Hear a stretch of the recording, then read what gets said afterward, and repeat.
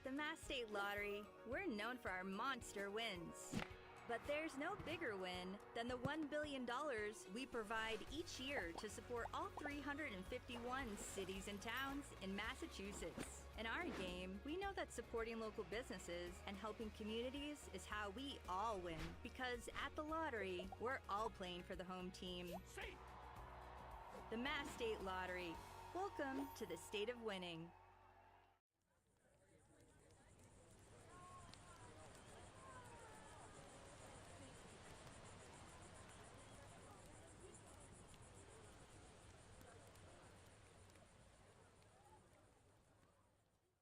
When you need to be seen for a minor illness or injury, Cape Cod Healthcare Urgent Care is here for you with high-quality, full-service walk-in care. ER expertise meets urgent care convenience at our 6 urgent care centers, which are staffed by board-certified ER providers and located Cape-wide from Falmouth to Orleans. Cape Cod Healthcare Urgent Care is open daily and offers a cost-saving option for everything from sprains to stitches, with timely treatment in under an hour for most patients. View online wait times at capecodhealth.org/urgent care. Cape Cod Healthcare Urgent Care. Minor emergencies, major attention.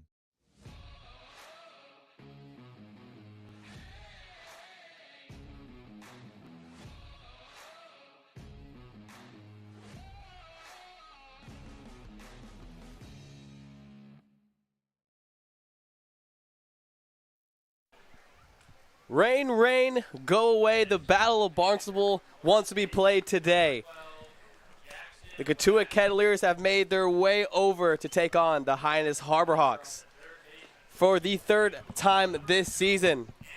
We welcome you inside the booth. Nico Sharp alongside Jacob Irons, Josh Schreiber. Harbor Hawks walked it off last night against the Commodores and have a big matchup again tonight. Yeah, they got a big matchup indeed. You talk about it for Hyannis. They stand 1 point back right now of the Cotuit Kettleers to try and go grab that second spot in the Western Division. That can happen here tonight if Hyannis is able to pick up a win or get a tie. Also just trying to get that monkey off their back of beating Cotuit this season. They had it a few days ago here. Lost in 10 innings, had the lead in the 9th, but just couldn't hold on to it. Big opportunity here in this little bit of a pennant race that you got going on to beat Cotuit for the first time this season. Very close game. The last time the Cotuit Kettleers came over to McKeon Park. Couldn't settle in 9, had to do it in extras in 10. What have you guys seen in that game for the Harbor Hawks to try to get that extra leverage and pull off the win? Yeah, they got to be solid in the back end of the game, and it was honestly, I think Matt Coates says it the best. It was the Cotuit Kettleers out Harbor Hawking the Harbor Hawks in that one. They were able to score 7 runs on 6 hits. Like, that's what I think is the big circle that everyone has to have is they played small ball, they got outs, and had those big hits when they needed them in key moments. So for the Hyannis Harbor Hawks, try and limit those key hits in those moments to try and allow themselves to be in a position and strike early and strike often. When they're playing from in front, they play so much more aggressive, and that's their style of baseball. Yeah, and in addition to that, Cam Scholke came into the game and absolutely shoved in his 3rd summer on Cape Cod. With Cotuit, he looked absolutely fantastic, and he kind of just shut them down at the end. Big game last night, another big one here in another Western Division matchup. Got to talk with Skip, Mitch Carricker, before the game about these big games coming up. Nico Sharp alongside Skip, Mitch Carricker. Harbor Hawks get a big win last night.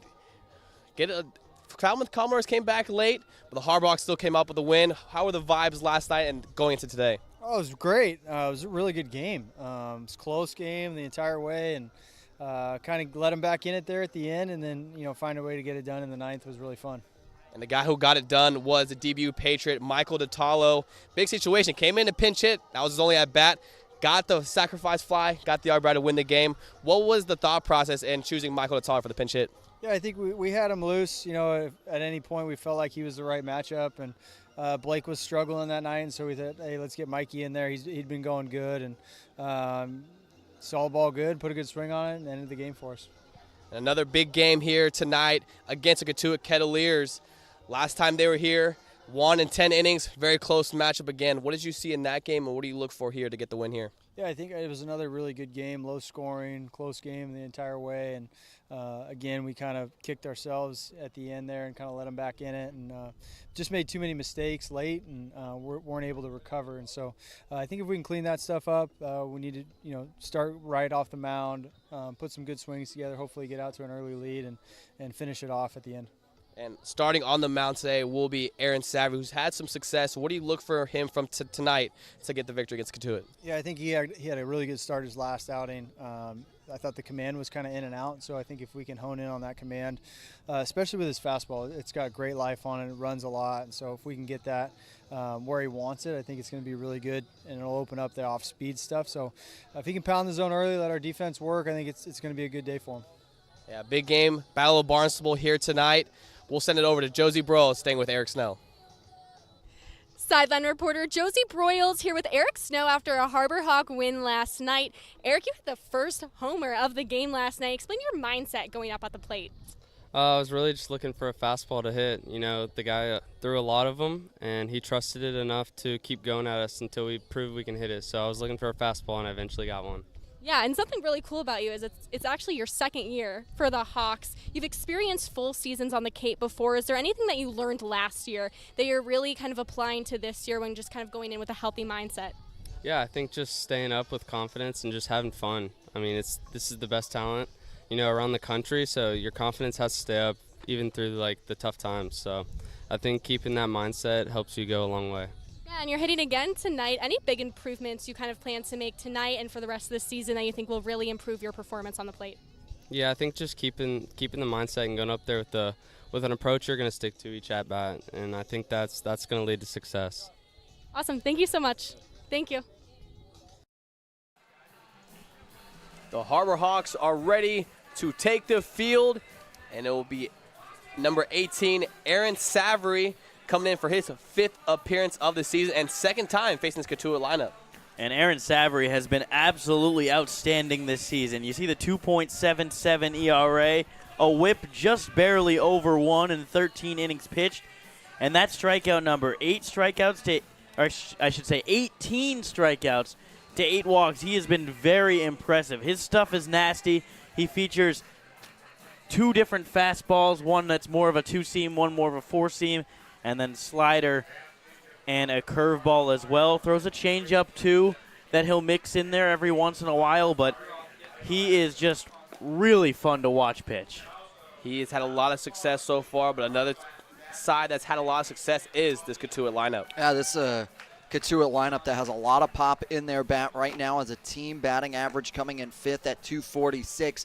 They have a big missing gap in their lineup. It's Tanner Thatch. He is away going to a friend's wedding. So it allows Easton Winfield to get his first start of the summer to step in for that right field position. Got activated today. Will play today with Thatch being away, but it will really fall on Jaron Advincula, who's been so solid. He falls into the 9-hole. It's a second leadoff position for Mike Roberts' squad. Advincula batting .415 so far on the Cape Cod Baseball League. That's first across the league.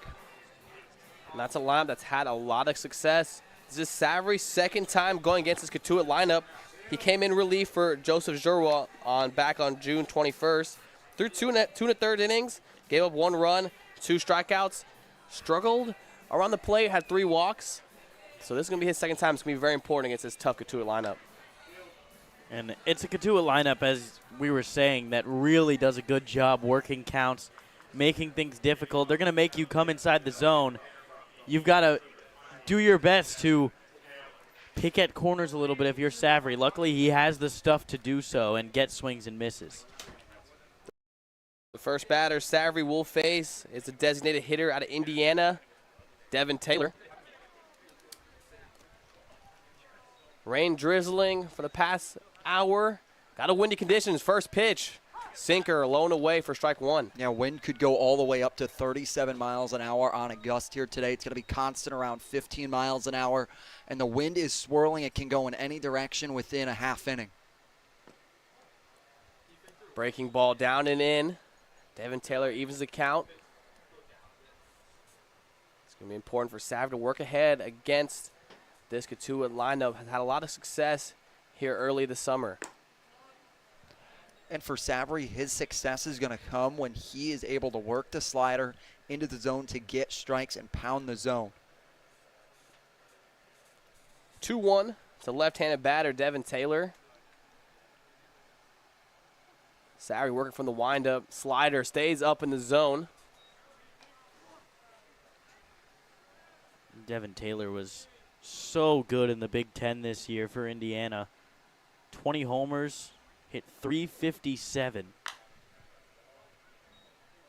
Earned himself an invite to the Team USA Collegiate National Team training camp. Back on the Cape now, though. Found success so far, hitting .250. 1 home run to his name. Savary's 6th pitch of his outing is another foul ball hit straight back.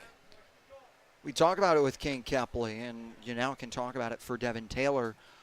Out working into these full counts, especially as a leadoff guy, having Savary show his arsenal of pitches and how they are working here today. Sinker blown away, just missing out.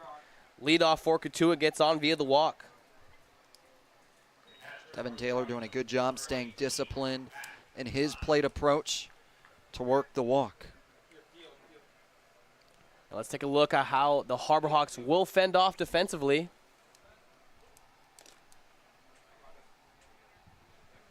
You take a look, working left to right. It's going to be Tate, Kepley, Groves in the infield. Changed up. Mason White getting his first start at second base. TCU, Anthony Silva at third base. Lodis and Datalo round out the infield, and behind the plate will be the Florida State Seminole, Jackson West. Back lefties for the Kettleers. It'll be Matt Klein who's behind the plate tonight. Breaking ball low and in, swings right over it. Matt Klein out of Louisville. So far this summer, swinging it well, hitting .321 with 9 hits, 5 RBIs. 0-2 from Savary, misses way arm side. Yeah, tried to work that fastball on the outer part of the zone there. Came in at 93, just stayed away from the strike zone of Klein. Savary, quick pick over to first base. Going back in standing is Taylor. Devin Taylor doesn't have a stolen base on the season. Not really known for his wheels at Indiana either, just 5 steals. 1-2, fouled off into the Cotuit Kettleer dugout. With that being said, though, you get to summer ball, and a lot of guys are far more aggressive in summer ball than they would be in the actual season. Show scouts all of their tools.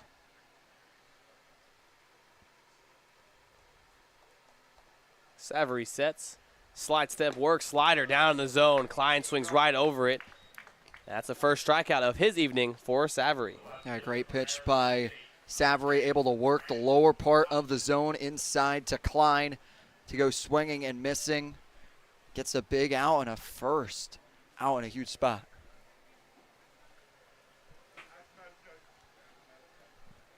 And they're going to go triple down on the lefties. It'll be Brandon Compton standing in the box for the Kettleers. First pitch to the Arizona State. Man in the left-handed batter's box to strike out and away.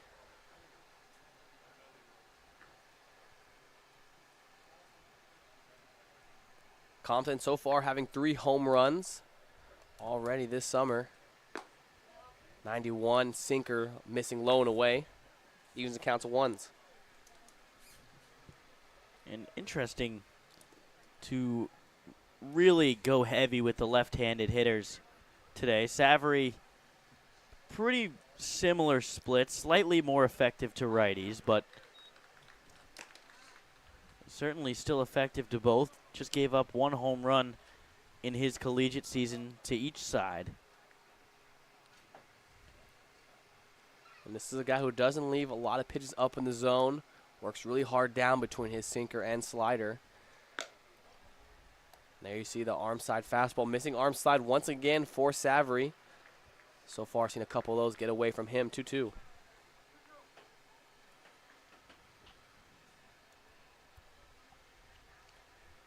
Brandon Compton showed some power this past spring with 14 home runs. 23 stolen bags as well, right behind it. 2-2 slider down the zone, taken for a ball. All full. Good job by Jackson West to slide over and keep the ball in the batter's box.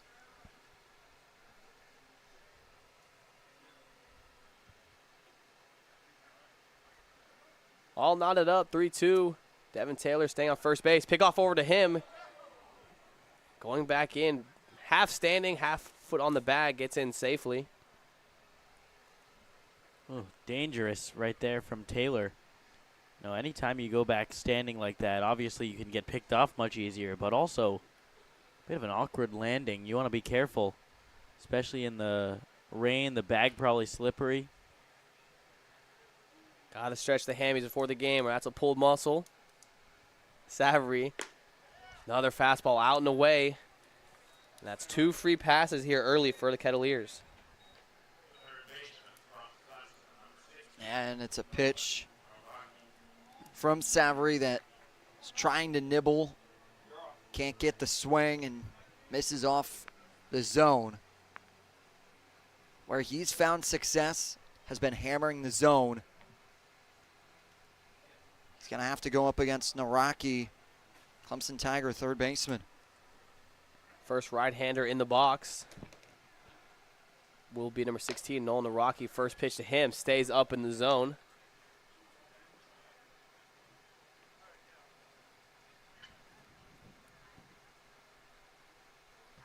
Not the most ideal conditions thus far.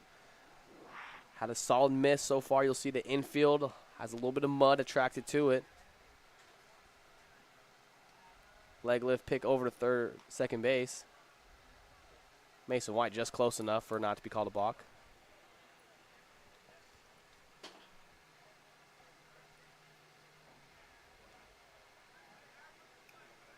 Want to know here, early in the Battle of Barnstable, 2 runners reaching via the walk.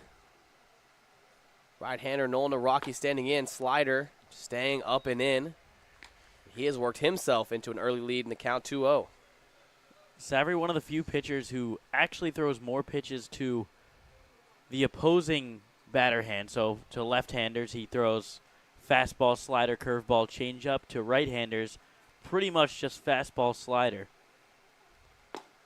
The 2-0 is that fastball down the zone.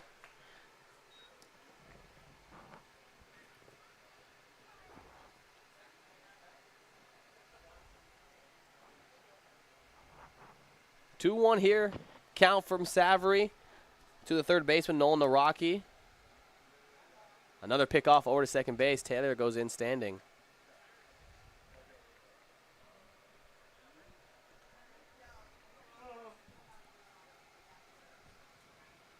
Two-one count. Nolan Naraki still here in a hitter's count. 2 runners on. The 2-1 pitch him is a fastball up in the zone. Naraki can't catch up to it. Yeah, great pitch by Savory there. Going inside on that fastball. Up into the zone.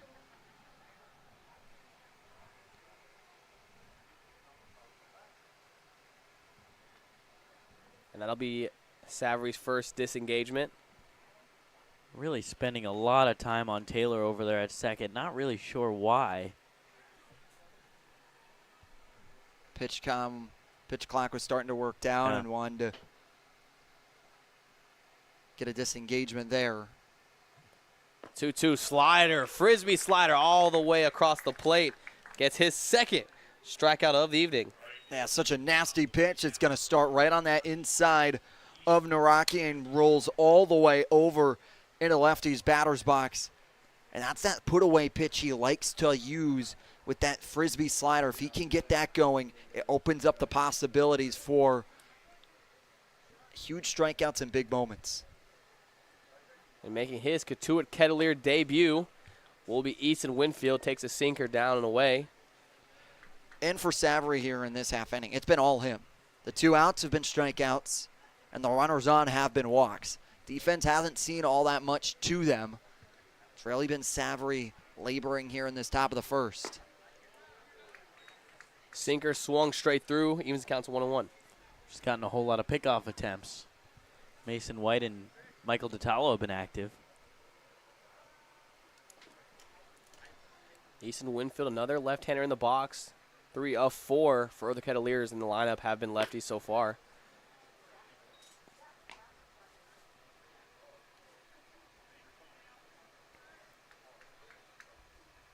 For Savory, this will be his 27th pitch of this half inning.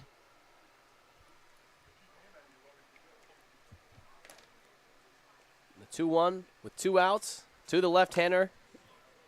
Fouled straight back, and this is a lefty-heavy lineup and a lefty-heavy broadcast booth. 2 of the 3 broadcasters here left-handed.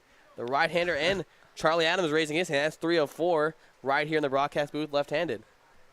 Yeah, this is very weird. As the lone righty here with a headset on, never would have thought that would have been it. And a 2-2, and that is another strikeout for Savory. All of his comes out of his outs via the strikeout. Aaron Savory works out of another jam. Still remaining 0-0.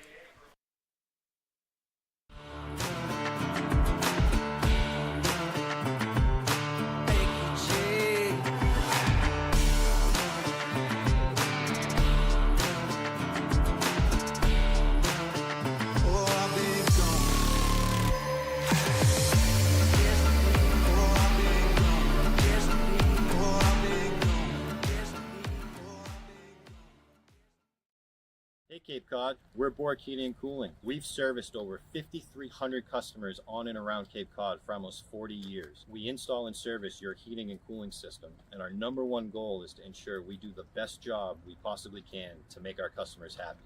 You have the triple cheerleading squad for Bork sitting here. They repaired our heating system, took care of our air conditioning system, and they set something up with the remote system that they installed for us as well. Yay, yay, yay for Bork. We love them. Give us a call when you're in need of HVAC services. Hope you enjoy the game.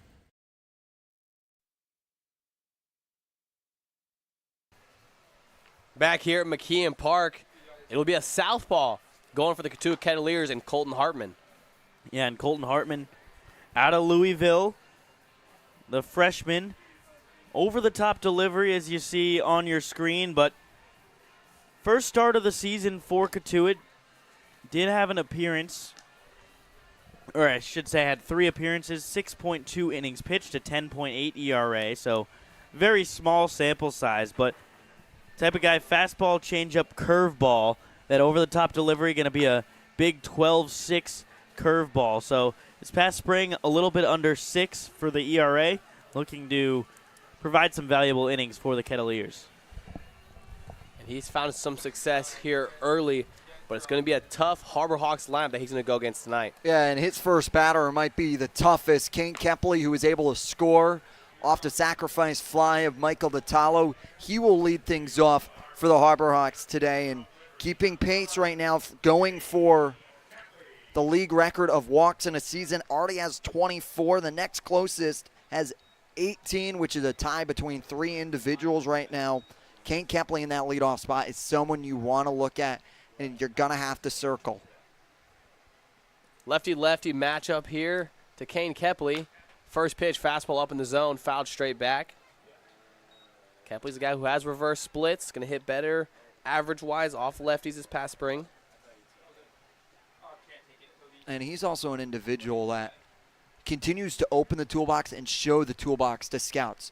Haspower got his first home run here against Cotuit the last time these two teams faced, and then has the speed, has a great defensive glove, can track. He's about as well-rounded as a player as you can find right now on Cape Cod. And he has done his job in the leadoff spot as well. A 1-1 breaking ball, both staying up in the zone. Kane Kepley staying off the pitches elevated, 2-1.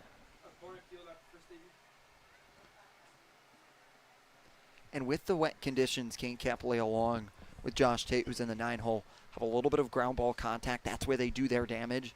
And with these wet conditions, don't be shocked if the ball gets stuck in the grass, it really slows it down, whether it's a liner out to the outfield or into the infield.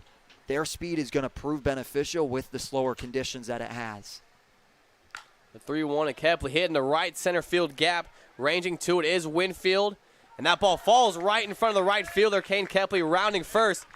And a stand-up double for Kane Kepley.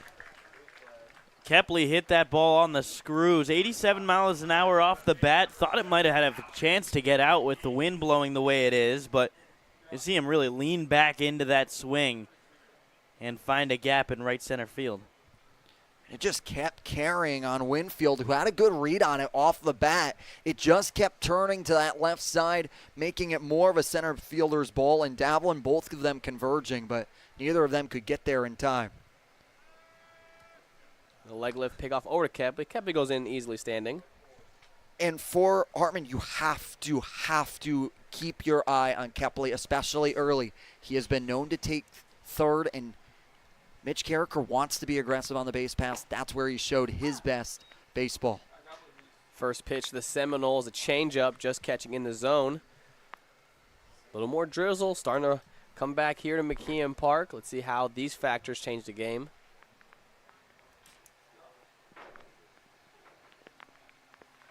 Hartman settles. 0-1. Fastball inside. Lodi sends it straight up in the air. Coming into it in the Bermuda Triangle. And it is Davalon making the play last minute for out number 1. Yeah, rain coming down right now made that ball harder to find in the cloudy sky. And Kepley couldn't really go anywhere, but he was ready just in case it was not played right. And he's one of probably the only guys on Cape Cod that could make a jump right there. You see with his speed, and we saw it last night, able to scratch across late. As you see the weather conditions, very windy. Rain beginning to fall once again. First pitch, the DBU Patriot inside. And always the concern with the rain that has been in a steady fall since 5 o'clock has been the mound. The mound has been covered all the way up till the final moments of first pitches. Well, Talo goes into the dugout here. I think he's taking his batting gloves off. Or just switching them maybe? Yeah, switching them. Threw one back. He's going to rock the one batting glove look. Haven't seen that one since Hunter Pence. Nope. He's got another. He was back pocket. He had the back pocket ace. He had the back pocket ace on you, Nico. He faked me out. Well done. Well done. Point Michael Talo. Fooled me. I saw him have two. Threw one back. Saw him put on the one. Hey, Carricker gets me on the pitching changes. Talo will get you on the batting gloves. The DBU Patriot had a bunch of tricks up his sleeve with the walk-off sac fly last night to right field. Yeah, and I was talking to him pregame and said down 0-2 in that hit as well. And talking to him, he said, I have the mentality, I am not striking out. I just got to get this ball in play. Whether it's a ground out, I knew with Kepley at third, I could just get the ball in play and we would have a decent shot at scoring to walk it off. He came in a pinch hit appearance. He's sitting down all game, and it comes up in the biggest moment there in the bottom of the ninth.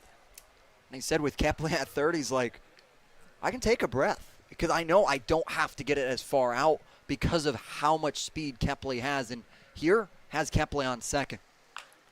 The Patriot, big swing, sends it down the right field line. Cerny ranging over to the fence, and it goes into the trees.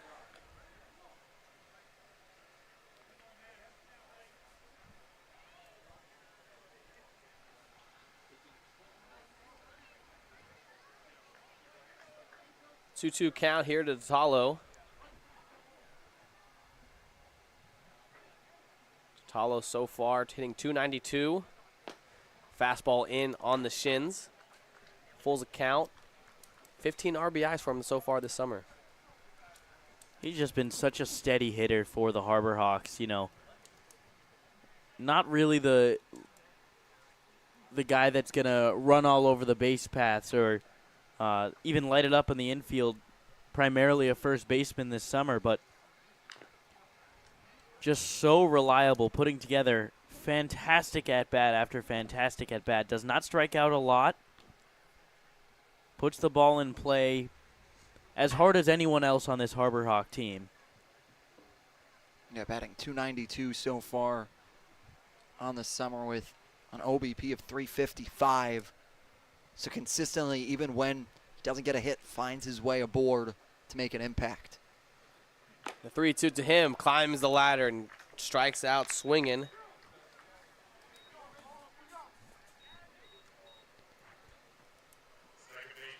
It's a great pitch by Hartman to climb the ladder, keep it high and upstairs with that fastball up by the eyes, and it's one that fools Michael Vitalo to go extending the zone 4. And then I'll bring up Mason White, getting his first start at second base tonight. Out of the University of Arizona.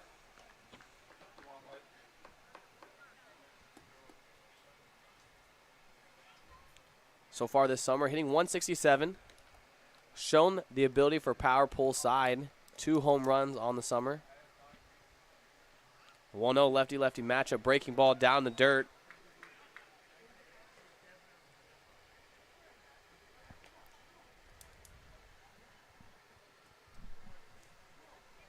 .2-0 count. Mason White works himself into a hitter's count. And this is a guy who gets his A swing off. Seems to be every single time he swings the bat. Never will get cheated out of a swing. A 2-0. Foul tipped off the mask of Jeffrey Kinney behind home plate. Jeffrey Kinney took that like a champ and did exactly how you're taught as umpire. Keep your face in at the ball so that it comes back right onto your mask. The most protected part is the front of your face, so making sure that you're not turning away to go to your neck where the instinct is to turn away from it, but keeps his face in there to have the mask take the brunt of it. 2-1 to Mason White. 2 outs. Kane Kepley trying to get timed, and he does. Stolen base. Attempt by Kepley. Kepley goes in sliding, goes in safely. And that is another stolen bag for the leadoff Kane Kepley. Kane Kepley got a great jump there, and we've talked about it. It normally takes about 3 pitches for him to time it up. And here, as soon as the leg kick goes, Kepley is off and running for it. It's a nasty throw down. It's right on the money. It's just Kepley coming in sliding, staying low to the ground to get under the tag of Naraki. It was a heck of a throw by Klein at home plate. It was just the tag that couldn't get brought down by Naraki. And a 2-2 breaking ball misses away to the left-hander Mason White. And, you know, Kepley didn't even get that great of a jump. Normally you're only stealing third base if you're able to get, you know, a bit of a shuffle on the lead. He didn't, but he was still in there fairly easily. The 3-2 fouled off right over our heads here in the press box. And that just shows you how much speed Kane Kepley has, that even necessarily not getting the greatest jump in the book, that he's still able to grab third safely against some of the country's best. And even with the left-hander, and Matt Klein had a free rein over to third base. 3-2 misses away to Mason White. Runners on the corners for the Harbor Hawks. This is the guy you want up in this spot, Eric Snow. Had a big 2-for-4 day with a home run. He is seeing the ball real well right now. That's a guy who's been flirting with that home run all year long and finally got his, pulled it down the left field line for his first ice cream cake. Yeah, his host family of Joanne and Harry will get their host kids an ice cream cake from Kilwins if they hit a home run. Talking to Eric Snow today, sounded like the grasshopper ice cream cake was maybe the best it's ever tasted for him in a long time after how much he desired that home run and how much power he has shown. And the first pitch to him is a changeup down in the zone.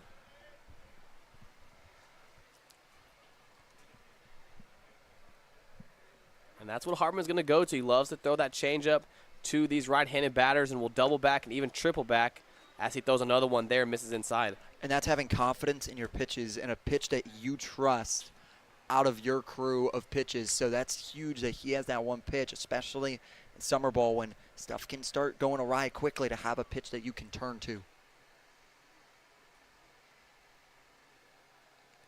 Mason White dancing over at first base as the changeup, third changeup in a row, and Eric Snow is missing down in the zone.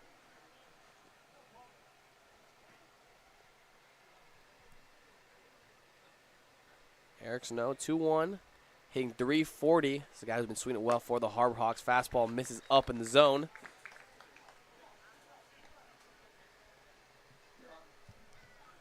Here for Colin Hartman, laboring like Savory here in this opening half inning. Coming in with 25 pitches right now, about to pitch to 26. And you have Eric Snow, who has the green light. And that's a 3-1 changeup, just catching the outer part of the zone. Eric Snow thought that one missed away.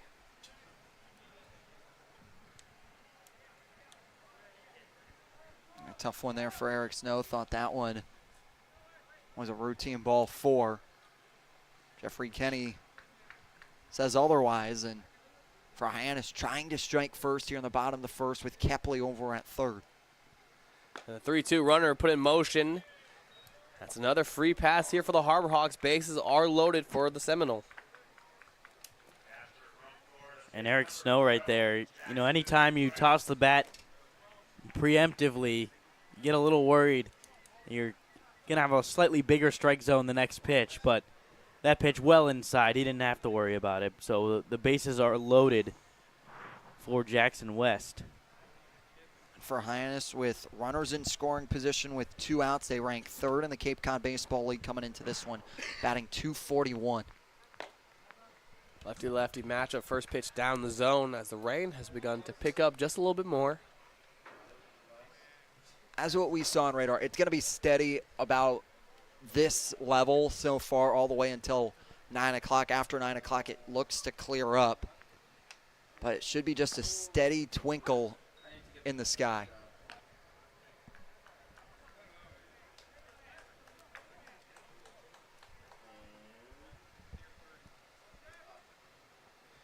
Twinkle, twinkle, little star. 1-1 count here at Jackson West. The Florida State Seminole, bases loaded. Big moment here in the bottom of the first. That one misses down the zone for 2-1. Jackson West was a star against Harwich in his last game, went 1 for 4 with a run batted in, and came around to score in that big 6-run top of the second at White House Field 2 nights ago. Hartman already in the 30s. 31st pitch here is a strike right on the outside corner.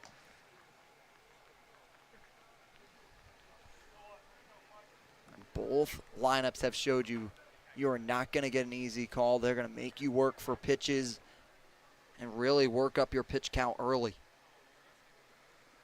Bases loaded. Jackson West already having 5 RBIs on the summer. Fastball missing, out and away. 3-2 here with 2 outs. All the runners going to be in motion.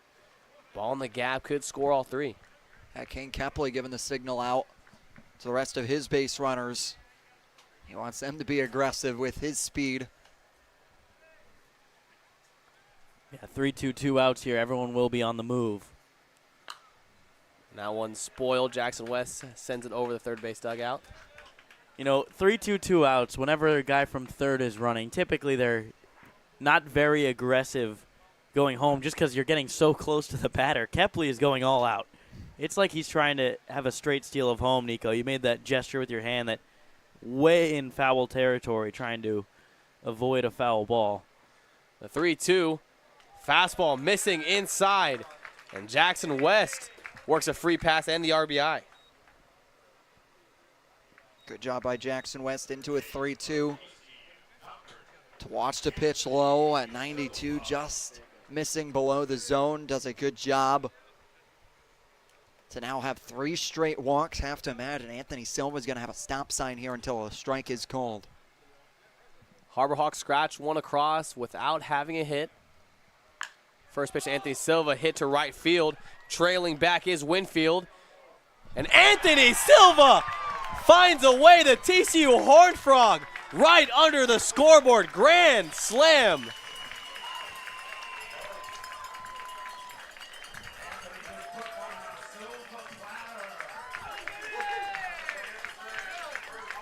We have talked about it every night. Anthony Silva has found his swing. It took a couple of moments early in the year that he was slumping in the box, couldn't really find that pitch. It was going to batters, and it was going after at-bat and at-bat. But this time, Anthony Silva, over the past 3 games, have been hitting the ball so square and hits it square over the fence in right field to get a home run. And this one opens the game wide open on a grand salami for the Horned Frog. Shout out Mark Howard, our PA guy. I could hear him say he put it on a Silva platter. He did just that. 5-0 Harbor Hawks now. And that one swing changes the game completely. You saw Savory struggle there in that first inning a little bit with his command, able to bear down, put up a big 0. And it's the Harbor Hawks picking him up right behind him with the grand slam. Now out 5-0 in the bottom of the first.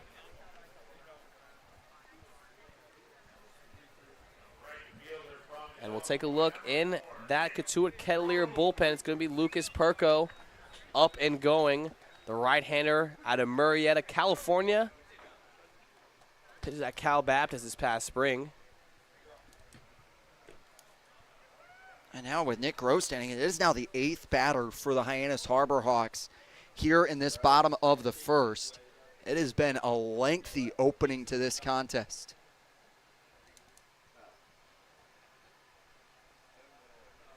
Nick Groves standing at the plate. Another lefty-lefty matchup. This will be Hartman's 37th pitch. The breaking ball just catching the inner corner. And over the last 5 games, Anthony Silva is batting .313. And when you take that away, he has been so good as of late and has really put the work in the cages to get the swing with the wooden bat and has shown it over these past 3 games. He is a product right now. 1-2 count here to Nick Groves. 2 outs. That's going to be a ground ball, and it's going to get through the 6-hole in between Bechera and Naraki. Nick Groves keeps the 2-out rally going with a base hit. And you touched upon it right there, Nico. All of this is happening with 2 outs. Capley gets aboard with the double in the first, then it's Hartman responding for 2 outs, and then it's 3 straight walks, and now a homer to Silva. And then with Nick Groves, it's all occurring here with this 2-out magic Hyannis has been able to do. And the Harbor Hawks have done a great job, but we haven't got a chance to meet this Cotuit defense working from left to right in the outfield. To be Compton, Davalon, Winfield. And in the infield at third base, going to be Naraki, shortstop Bechera, Advincula at second base, and Cerny at first. And behind home plate, the battery mate of Colton Hartman will be Matt Klein. Yeah, they've had their fair share of chances here already. 3 hits for the Harbor Hawks and about to bat around. They've got their 9th batter of the inning up right now. That 9th batter is going to be the man from Georgia Southern, Josh Tate. Junior for the Harbor Hawks, hitting .333. 1-0 pitch to him. Changeup just catching that inner corner. Yeah, and it has 5 hits so far with the Harbor Hawks, and 4 of them are infield grounders that he was able to beat out with speed and good placement in the infield to get himself aboard. The 1-1 to the speed thread. Delayed steal from Nick Groves. Nobody covering second. That ball gets by the second baseman at Vincula, and able to advance on the throw will be Nick Groves. And now Nick Groves 90 feet away. Well, delayed steal that time from Nick Groves. Just taking a split second after the ball reached the glove of Klein, took off, caught the infielders sleeping a little bit, and ends up going to third because Advincula couldn't get towards the ball in time. That's a perfectly executed delayed steal. Caught the defense slipping just enough to have a bad throw and advance. Josh Tate, high fly ball over towards first base. Tyler Cerny ranging under it. for out number 3. But it's going to be Anthony Silva. That bat's getting hot with a big-time grand slam for the Harbor Hawks lead, 5-0 going into the second.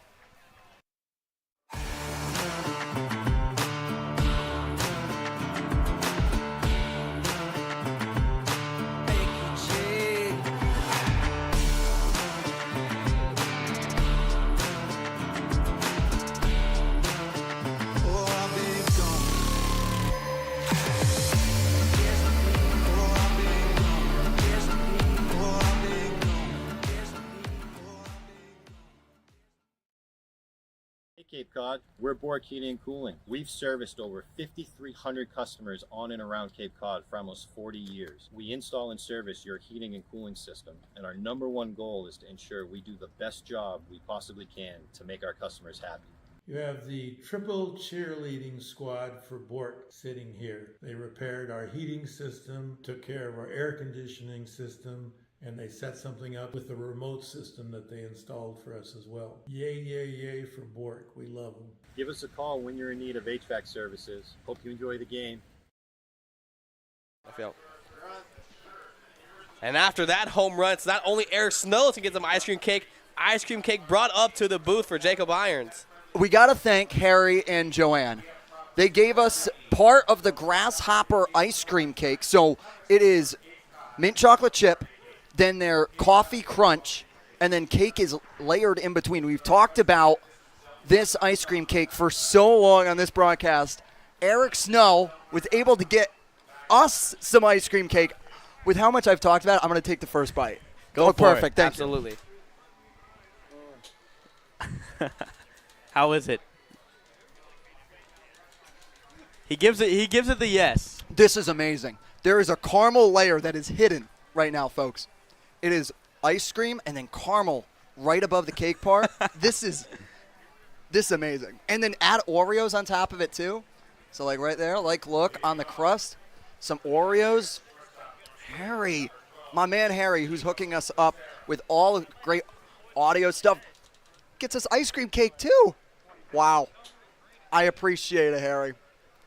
You can't ask for much more than what Harry has done for us. You can't ask much more if you're Aaron Savory from your offense. First inning, putting up a 5 spot for you. And then after an inning, he threw 27 pitches. It's going to be so important for him to try to lengthen himself out in this ball game. 0-2 count here to Timo Becerra, the shortstop. If I don't talk for a half inning, it's because of this ice cream cake. It is delicious. I just took a bite as well. I know we're not on camera anymore, but I agree with Jacob Irons' take on it. And everyone's talked about it. Between John Gazdar before he was here, and then when Eric Snow had it, he said it was maybe one of the best ice cream cakes he's had in a while. And had 2 last summer. He said this one was the best one. And it's perfect timing. You know, it's a treat once a home run's hit for Eric Snow or anybody in that household. Anthony Silva provides a grand slam, and the booth gets some ice cream cake. And, I mean, thank you, Anthony Silva, because that's perfect. And Jacob Byron's going to leave this booth happy. I'm just so happy he doesn't right have now. words because he's just stuffing his face right now. I can't blame him. No, this is, like we've said, they've talked about this ice cream cake for so long that to finally get it is huge. That's going to be Timo Becerra getting a leadoff single for the Cotuit Kettleers, hit right back up the middle. Yeah, Becerra doing a good job there to put it right back don't up worry. the middle. Don't worry, Irons. You don't. We got it. Perfect. And you enjoy. I have an ice cream cake story. You guys both looked at me like I was supposed to talk there, so I was like, uh-oh. No, And I I'm was just mid-bite. admiring it right now. We got to get Nico during the half inning. When we're off camera, you're going to have to try some. If it's still there. Yeah, if there's any left after this half inning. And Aaron Savory missing with that arm side fastball once again. 1-0 count here to the left-hander Charles Dollivon.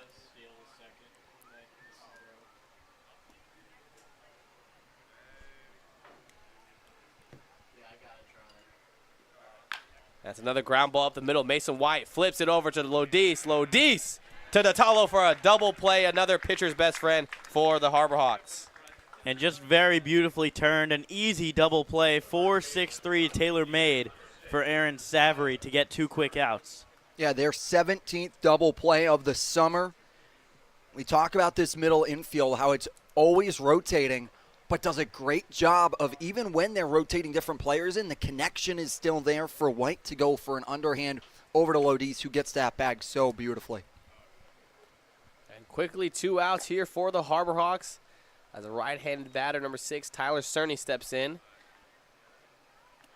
Went to Indiana this past spring, the sophomore. Played Indiana and is from Indiana, got to play in his home state.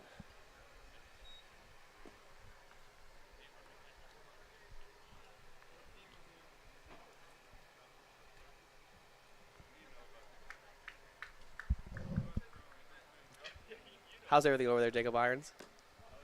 I don't think there's going to be anything left for you. I'm really trying. You better hope Savory works here quick and gets a 1-2-3. Because it's melting, and you can't let it melt. It is melting. No, it's all yours, Irons. You've been waiting so long for it. I can get it another time, don't you worry. You enjoy. 2-1. So fastball just catching that outer corner. Evens a count to 2-2 here with 2 outs. Twos are hot here at McKeon Park, and it's going to be a high fly ball hit to dead center field. Caden Kepley getting under it. And that'll end the top of the second.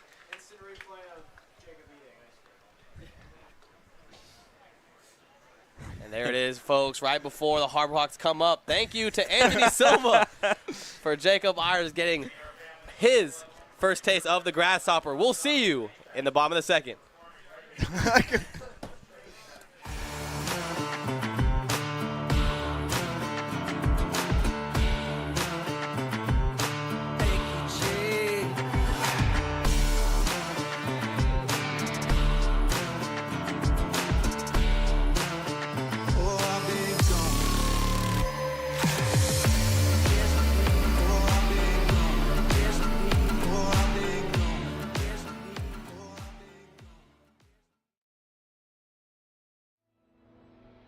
Your future begins at Dean College. Make a difference. Leave your mark. Break the mold. Be a leader. Achieve unimagined heights. Believe in yourself. Make lifelong friends. This is your time. Your place. Your home. Your Dean. It all starts here at Dean College.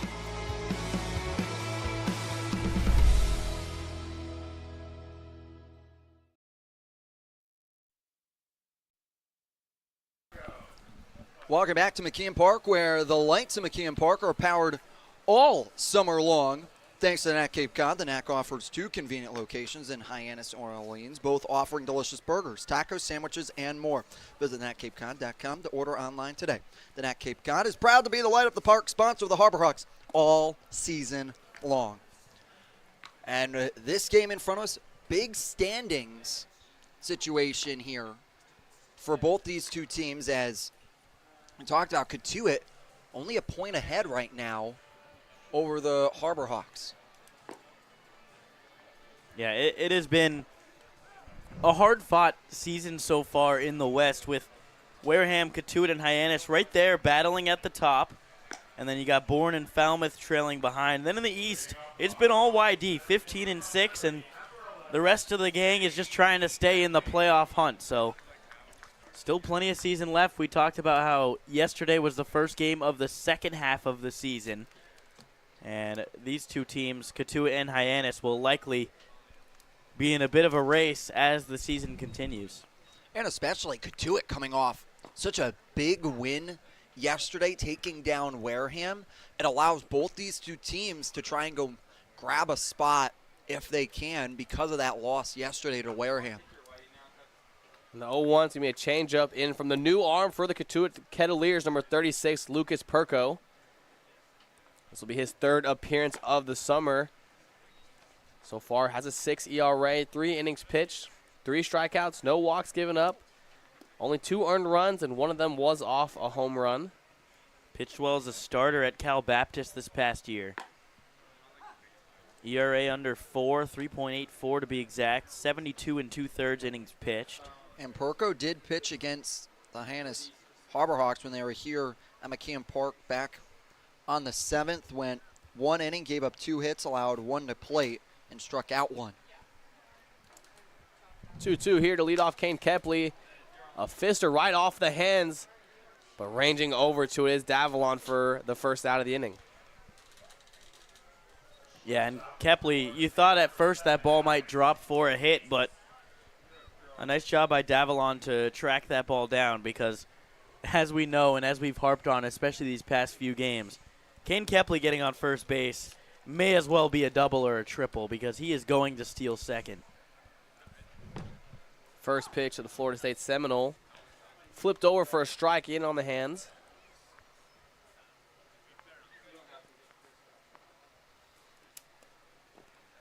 Back-to-back breaking balls. Lodis goes down, chasing in the dirt.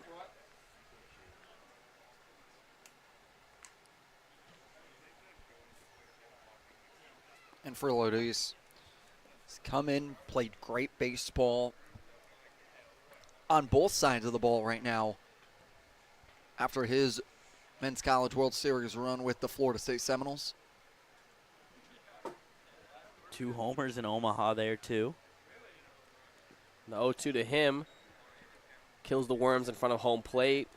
1-2. Wow. Graphic image, Nico.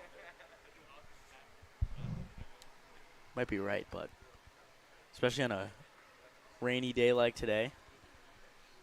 The 1-2 to Lodis. Doesn't chase, leaves it down.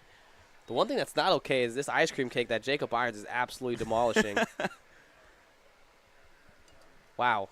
Right there with the Worms. 2-2. And then a changeup that just floats in. Lodis swings right through it for out number 2. And for Lodis, just failing to make contact. And for Perko, making quick work of the Seminole. And for the Cotuit Kettleers, that's what they want to have happen here. After a lengthy bottom of the first, they can work themselves into a 1-2-3, and momentum can come back to their side and pick back up the bats and get something going. Still early in the ball game. Still got the entire game left in front of us. The changeup low in the zone. Hit to Talo, third base, and Rocky flips it on over to Tyler Cerny, and with the pick and finishing it off. And after a 5-run first inning, the Harbor Hawks go down in order. We'll see you in the top of the third. Score remains 5-0. Cape Cod Healthcare Urgent Care is here for you with high-quality, full-service walk-in care. ER expertise meets urgent care convenience at our 6 urgent care centers, which are staffed by board-certified ER providers and located Cape-wide from Falmouth to Orleans. Cape Cod Healthcare Urgent Care is open daily and offers a cost-saving option for everything from sprains to stitches, with timely treatment in under an hour for most patients. View online wait times at capecodhealth.org/urgent care. Cape Cod Healthcare Urgent Care. Minor emergencies, major attention. Here at the Mass State Lottery, we're known for our monster wins. But there's no bigger win than the $1 billion we provide each year to support all 351 cities and towns in Massachusetts. In our game, we know that supporting local businesses and helping communities is how we all win. Because at the lottery, we're all playing for the home team. The Mass State Lottery. Welcome to the state of winning.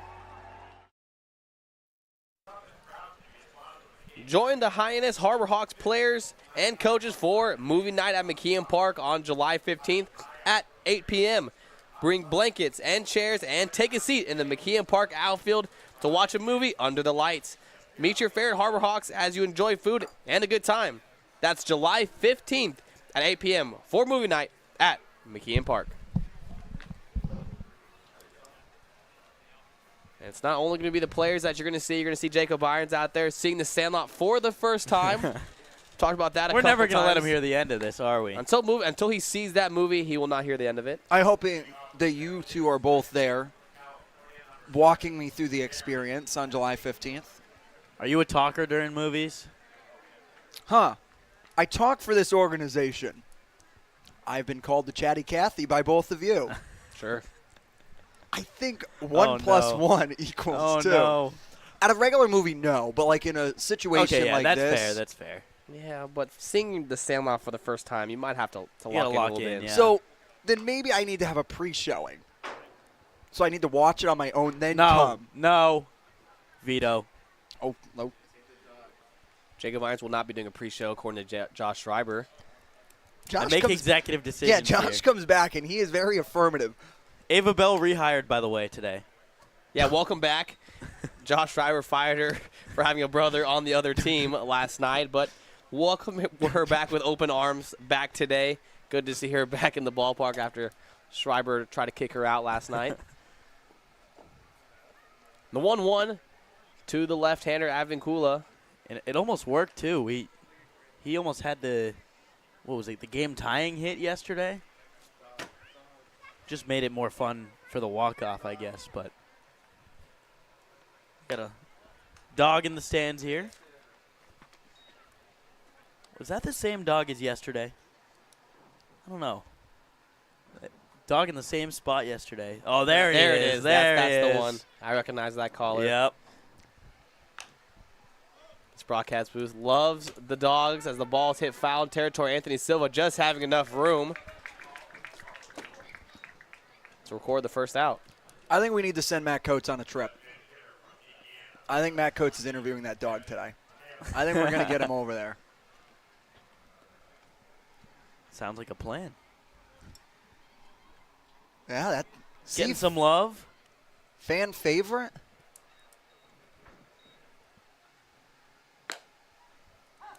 First pitch as the lineup turns over. Leadoff Devin Taylor. Walked back in the first. Was one of the few Cotuit Kettleers to reach. 0-1 quickly down 0-2 in the count.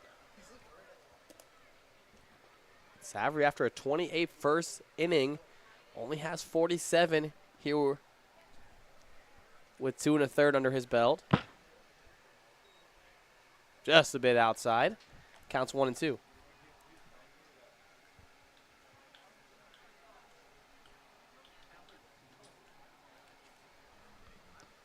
For Savory coming back in, we talked about how he labored a little bit in the first, responded for a 1-2-3 inning in the second.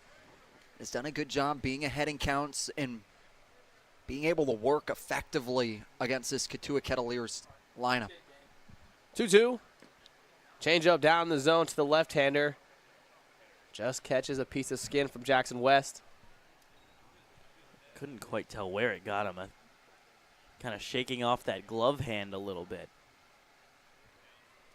And one that just got up on him really quickly.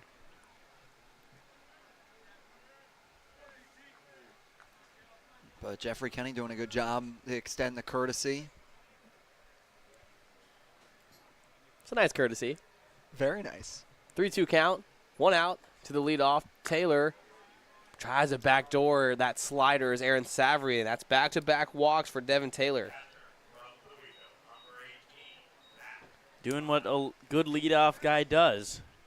2 walks so far in the first 3 innings of the game. Brings up the meat of the order, starting with Matt Klein. Matt Klein struck out swinging back in the first. And the ground ball to Seminole Alex Lodis. Lodis bobbles it, still making the play over to first base, and just in time to get Matt Klein running to first base for still 2 outs, runner on second. And there are those wet conditions coming into play. See, the ball kind of just pop out of Alex Lodis' hands on the transfer. Ended up staying calm, grabbing it with his bare hand, knowing he had time to get the catcher, Matt Klein, running to first. And sometime when a play like that happens, everything can start spiraling out of control, and you touched upon it. Lodis does a good job to stay centered.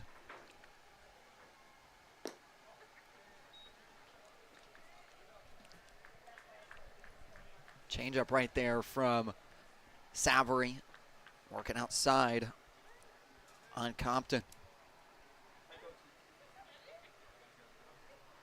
Compton worked a walk as well back in the first. And he's quickly up in the count 2-0 as Savory misses another one with an arm side fastball. 2-0, left-hander Brandon Compton in the box. Number 10, hitting 234 this summer. It's going to be another changeup, just missing arm side. And close to having back-to-back walks is Brandon Compton. Brandon Compton has shown off the power this season, 3 homers already. Mentioned the average, not really there quite yet, but certainly making loud contact. He's a guy who showed power in the spring as well, had 14 home runs. And the average showed there this past spring at Arizona State, hit 335. The 3-1 from Savory is another arm side fastball missing. 2 runners on here for Cotuit, as we have the same look we had back in the first. Yeah, it's both Taylor and Compton that worked walks previously in the first when they saw Savory working them again here. Bodes well for Savory, trying to go up against Naraki, who struck out swinging. Trying to end this half inning, but Jackson West is out to have a combo. And we've talked about it, that rain's going to be coming in and out. The rain picking up once again. It's coming and going, hasn't stayed for a long period of time. Just been working off and on as you see it there, and with the wind still blowing to right center field.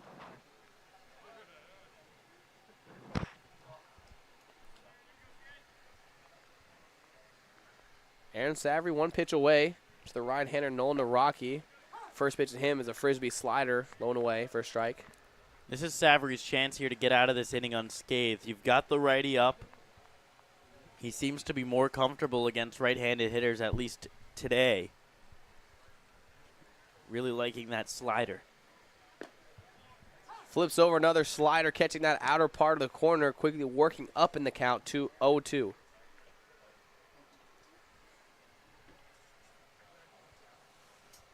And the Rockies struck out swinging in this exact situation back in the first, with runners on first and second, 2 outs.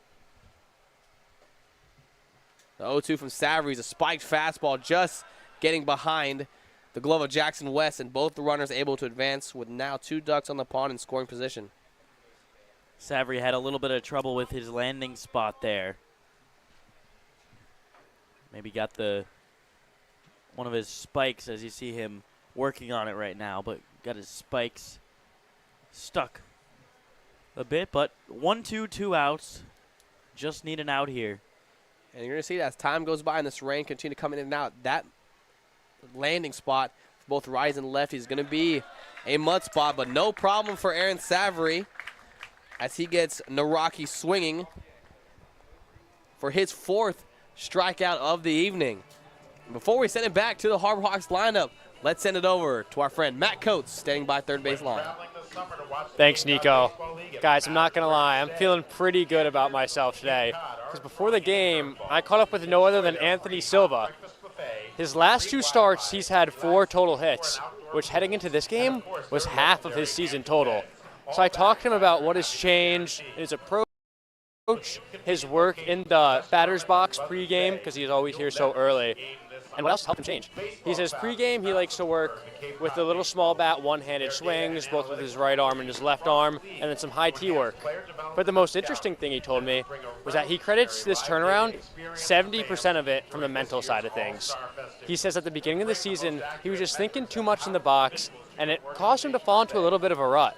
But now, at this point, he's went out, trusted himself, and we've seen the turnaround. Guys, first pitch he saw today, you know what happened. Grand slam. He said it sounds a little cliche, but this team is so close-knit and hypes each other up so much that he feels so comfortable in the box now. And clearly, he's turned it around a little bit. And he has been a guy who's been figuring it out lately. Matt Coates, from talking to him, how has the confidence being able to build in the way he's talked about his mental approach at the plate? For sure, the mental game, he said 70% of it, way more than those physical changes he's made. He said going out there and feeling confidence all he needs. Now that he steps in the box, he's not thinking too much, getting out there and doing well. Thank you. Good story as always, Matt Coates, giving some good luck to Anthony Silva as he hits a grand slam, which changed the ball game here as we stand 5-0. Now you'll get the middle of the order with Mason White coming up. Walked his first time up. See what he can make happen in his second plate appearance of the day.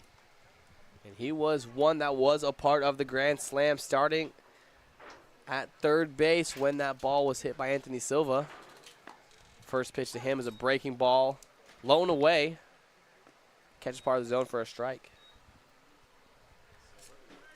For Mason White, already has shown that he can hit a home run himself with 2 on the summer. The 430-foot bomb over right field on July 4th, and then right field bomb at Eldridge Park against the Orleans Firebirds. And Perko's a guy who's going to flip those breaking balls in. And first 3 pitches he's thrown, 77, 77, 78 miles per hour. The 2-1 is another breaking ball, 74 miles per hour, just missing down the dirt. And Perko, a guy that, and not in any sort of negative way, but when he throws, it's like it's completely effortless. It's like he's not even trying to throw hard on some of those change-ups and curveballs, which is really a good thing. Fastball, 86 miles per hour, heading towards Cotuit dugout. Tyler starting ranging over, and it just falling behind him. And with this win and that backspin that foul ball had, that ball finds some dirt. We'll do it again, 3-2.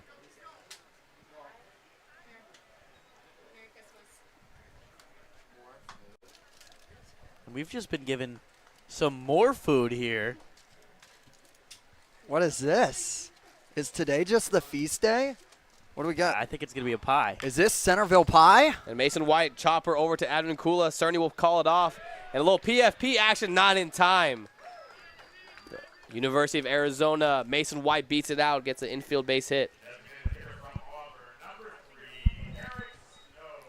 Great job by Mason White, able to beat it down the first base line. And if you can just put it into play, that is some of the best things that can happen for a Harbor Hawk with this amount of speed. And Jacob Irons saying that sense with fork in hand and ready to eat his second meal of this broadcast.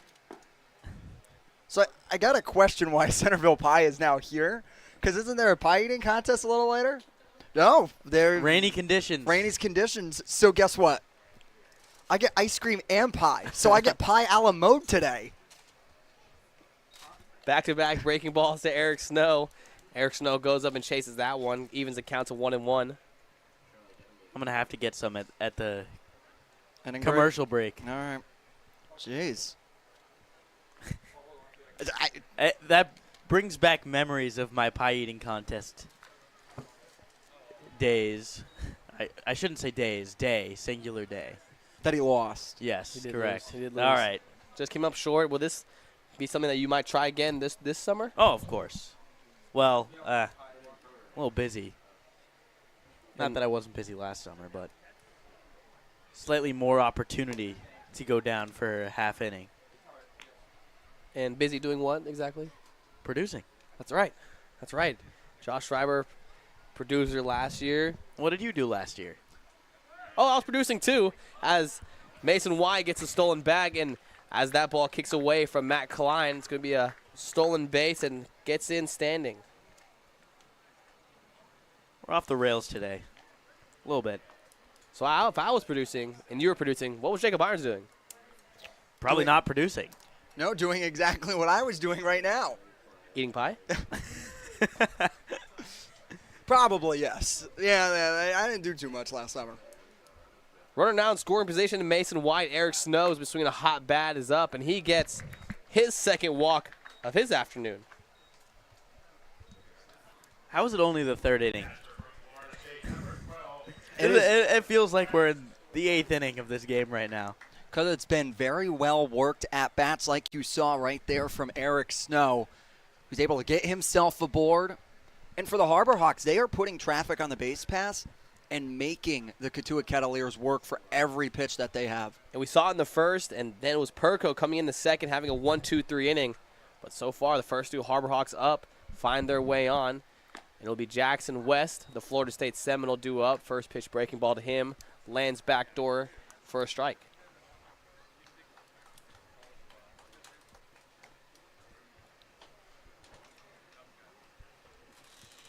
Oh, 1 here, nobody gone for the Harbor Hawks. Fastball at 86 miles per hour up in the zone.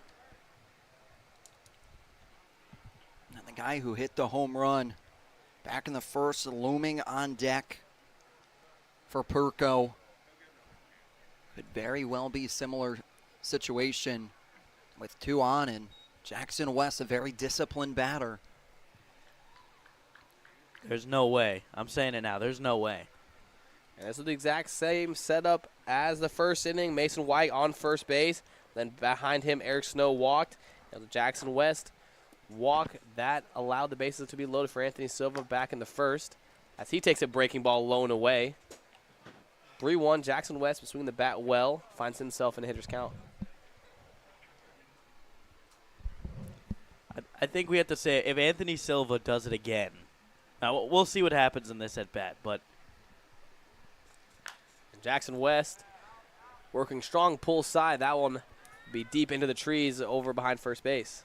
Did you guys think we were getting food again? I didn't. I didn't. So guess what? The possible is becoming the impossible today. Anything can happen here. Anything with the can happen. Magical Isn't it the McKeon other Park. way around? The Yeah, impossible yeah, is becoming I impossible. The 3-2, hard line drive, falling to the right side of the foul line. We'll do it again here, all knotted up at 3-2. Just another great at-bat by not only the Harbor Hawks, but Jackson West specifically. And here with only 1 innings pitched for Perko, he will have 29 pitches. This will be his 30th. No outs recorded here in the bottom of the third. 2 runners on. Mason White found his way on. Got a single. Eric Snow walked behind him. It'll be a broken bat hit right to Tyler Cerny. Tyler Cerny going to try to work a double play, but just gets the 3 unassisted for out number 1. And for Jackson West, you do your job there. You're able to move White over to third, along with Snow's speed, is able to erase the double play potential there with the slow roller that went over to Cerny. Now Anthony Silva with 2 in scoring position. Now, it won't be a grand slam, but if Anthony Silva hits a home run here, I think, Jacob Irons, you have to do the pie eating contest on Sunday. We'll make that Is bet. that a deal? We'll make that deal right now. Deal. Anthony Silva takes a breaking ball. First pitch for a strike, and that could be an interesting one. And Jacob Irons already getting some practice here, eating some Centerville pie in the booth. Back-to-back breaking balls. Anthony Silva goes down digging, but comes back up empty, 0-2. It's a different game up here, though, Nico. We got the forks. You got time, a baseball game in front of us. You can use your hands. It's all of a different. Yeah. It's a completely different ball game here.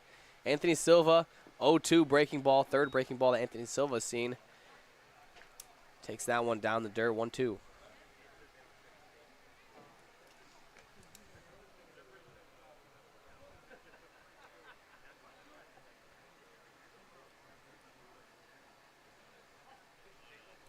And needless to say, Anthony Silva 1 for 1 on the day, had the grand slam back in the first. Sees a breaking ball miss up and away. Improves himself to back to 2-2. And Anthony Silva is one of the individuals on this Harbor Hawks team that's leading the way in battle average. So that's a batting average with 2 strikes, and he's working it here. The 2-2 breaking ball down the dirt. Anthony Silva not going down and getting that one. Great pitch recognition, and he's worked himself from 0-2 to 3-2. Working that battle average right now. 0-2 to a full count now. See what he can do. Full count here to Anthony Silva. Breaking ball just coming back in on the plate enough. And a big strikeout looking for Lucas Perko.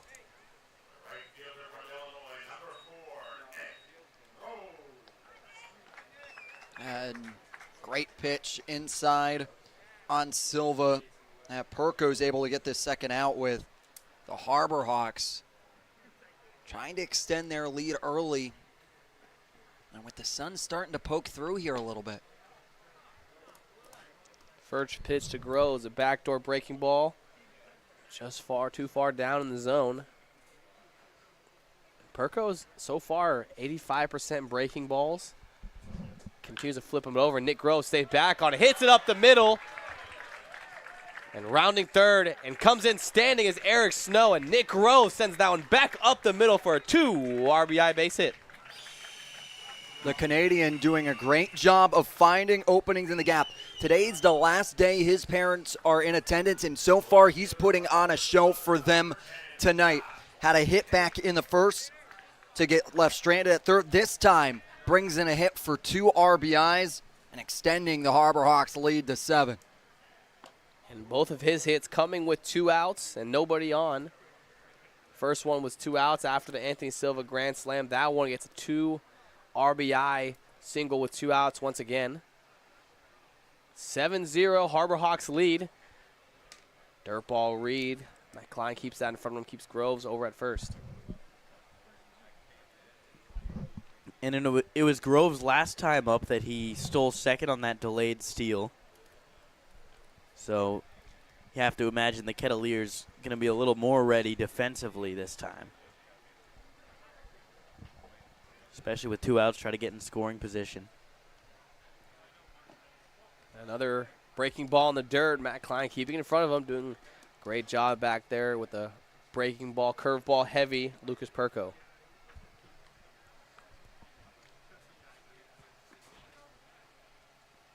Kane Kepley waiting on deck. Josh Tate can get on base. Another dangerous situation for Cotuit. The 3-0. 85-mile-per-hour fastball catching part of the zone.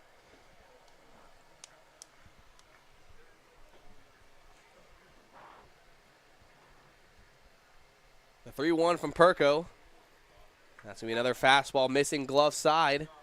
And that's going to be another free pass for the Harbor Hawks.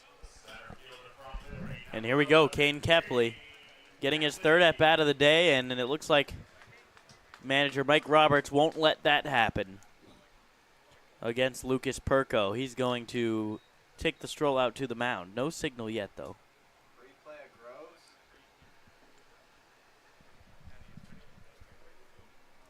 And for Nick Groves, let's take you back to that 2 RBI single. It's great placement right back up the middle, getting away from Perko's mound and trickles out of the diving reach of Advincula.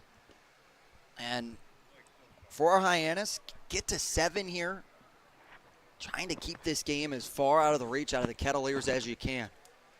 That's a big swing to get it done. Extend the lead to 7-0. Nick Groves doing a great job keeping his weight back. That's a slow, arcing 12-6 curveball from Perko, and he keeps his weight back, keeps his shoulders back, sends that ball right back up the middle. It's a great job of weight transfer from Nick Groves. Kane Kepley coming in for his third at-bat in as many innings. 1 for 2 on the day, had a double back in the first and a stolen bag.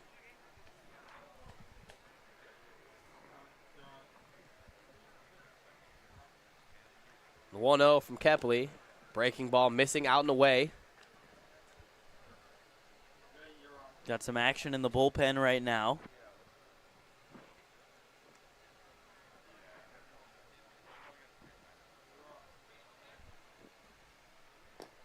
And the 2-0 is another breaking ball missing down.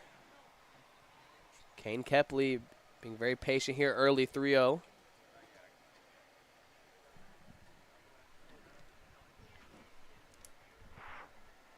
With 2 on for the Harbor Hawks. And that's going to be a slow 82-mile-per-hour fastball. Middle. Gets the first strike and can't throw another one of those to Kane Kepley here in a hitter's count, now 3-1. Josh Tate at first base. Nick Groves in scoring position at second. A big swing from Kane Kepley. 3-2, 2 outs. got some speed on the base pass. Nick Groves at second, Josh Tate at first. Both speedy guys. Both guys will be in motion on the pitch. And another base hit here could change the game once again. Runners go. Now breaking ball staying down in the zone, and the base is loaded once again for the Hawks. And now that is walk 25 of the summer for Kane Kepley. Does a great job to once again get the bases loaded for Hyannis. Bases loaded. Lodis can try and work another 2-out magic. Alex Lodis takes a breaking ball, and another breaking ball from Lucas Perko. He's filling it up, and that curveball is in between 74 and 77 miles per hour. Very slow, high arcing, a lot of vertical movement. There it was again, 75 miles per hour. Lodis caught out on the front foot.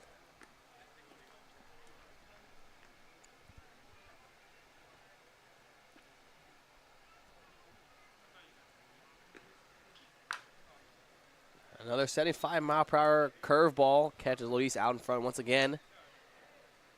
And Perko's one pitch away here to keeping the game here at 7 with bases loaded, 2 outs.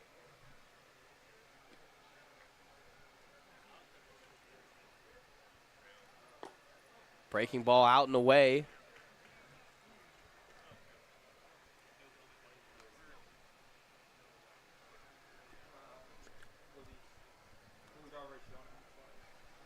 And a 2-2 to Lodis. There's a breaking ball, and Lodis comes up empty after the big swing. But thanks to Nick Groves, they extend the lead 2 more, and there it is. Jacob Irons taking another big bite of his second meal of the game. Harbor Hawks lead 7-0 as we enter the 4th. Your future begins at Dean College. Make a difference. Leave your mark. Break the mold. Be a leader. Achieve unimagined heights. Believe in yourself. Make lifelong friends. This is your time. Your place. Your home. Your Dean. It all starts here at Dean College.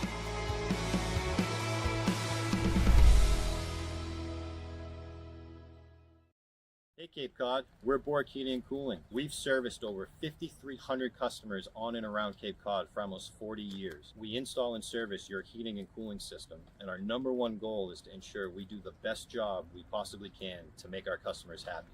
You have the triple cheerleading squad for Bork sitting here. They repaired our heating system, took care of our air conditioning system, and they set something up with the remote system that they installed for us as well. Yay, yay, yay for Bork. We love them. Give us a call when you're in need of HVAC services. Hope you enjoy the game.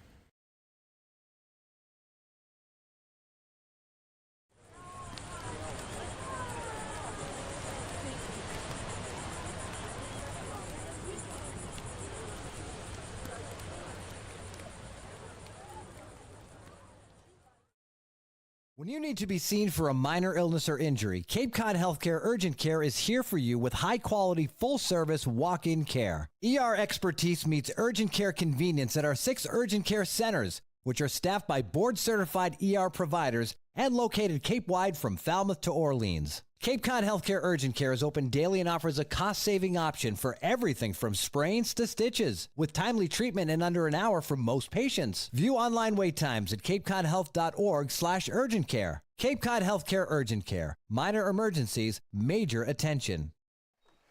Aaron Savory comes in for his 4th inning of work. First pitch hitting from Easton Winfield. High fly ball to Josh Tate for a quick out, #1. Yeah. 1 pitch, 1 out there, and that's exactly what you want to have happen. But also, the lights of McKeon Park stay bright all season long thanks to the NAC Cape Cod. The NAC offers 2 options in 2 locations, Hyannis and Orleans, both offering delicious burgers, tacos, sandwiches, and more. Visit thenacapecod.com to order online today. The NAC Cape Cod is proud to be the Light Up the Park sponsor of the Harbor Hawks all season long. First pitch to Timo Becerra. Strike 0-1, and Savory back in with the sinker, missing down the zone. Savary settling into this game well. 3 innings, 62 pitches thrown, 4 strikeouts, and this is Savary has shown to be a strikeout-heavy pitcher here early this summer. Yeah, and he's going to work pitches, but like the last at-bat of a 1 pitch out, that's huge for him to try and extend into this game a little bit deeper. With the Harbor Hawks having an arm starting to get warm, though. A 2-2 is a ball hit up the middle. Alex Ortiz not going to be able to get to it. And that's going to be a base hit for Timo Becerra, his second of the day. Nice job by Becerra to just take that one right back up the middle. Easy base hit, but Savary right now has drawn quite a few ground balls. Some of them have gotten through to the outfield, but even the contact he's given up has not been all that hard, as I'm knocking on wood. And here with 62 pitches, the bullpen for the Harbor Hawks, Casey Hintz, will be going in the pen. And this is Casey Hintz has been a guy who you've seen on both sides. He's played a lot of left field for the Harbor Hawks as well. Has been a great bullpen addition. Aaron Savary, the 1-0 slider just coming outside of the hand. 2-0 to the left-hander, Charles Donovan.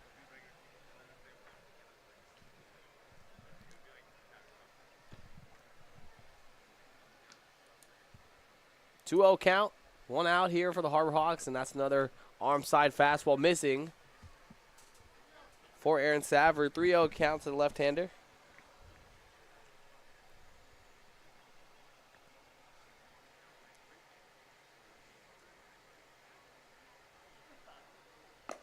Fastball missing up in the zone. Savary allowing the free pass, and then I'll bring up the first baseman, Tyler Cerny.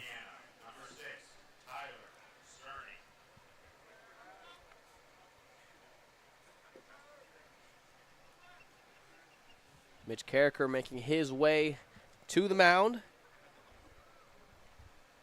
And he has already made the motion, and it will be the two-way player for the Harbor Hawks, Casey Hintz, making his way to the mound, and we'll tell you all about him right after this.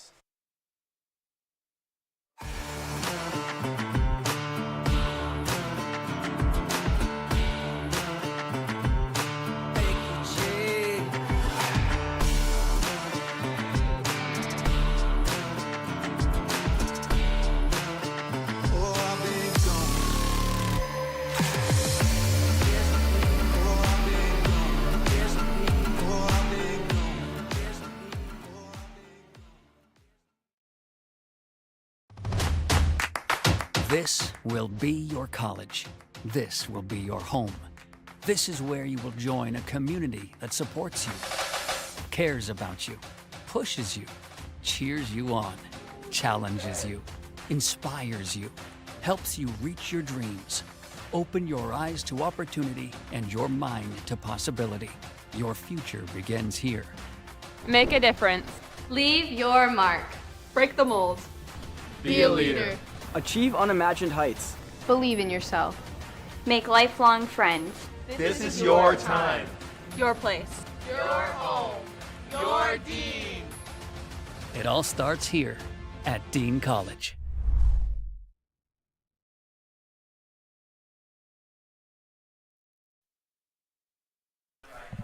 Back to McKeon Park here with 2 runners on. It'll be Casey Hintz out of Arizona making his way to the mound. Casey Hintz, a lower three-quarters guy, 4.91 ERA so far this season. We've seen him as a hitter more than we've seen him as a pitcher. He's been called upon to play the outfield a little bit, but has that lower three-quarter angle that makes it really tough, especially against righties. And it will be a righty that he will face first to start off his appearance in Tyler Cerny. Yeah, and from that arm angle, it's going to be a sinker, slider, changeup mix, and from that arm angle, everything's going to fade nicely with that arm slot you see here as he's signaling sinker pitch here. He's going to keep it down in the zone and try to get a lot of double plays, and he's done that so far for the Harbor Hawks. Yeah, and 4 of the Harbor Hawks already have one double play on the day, looking for their second.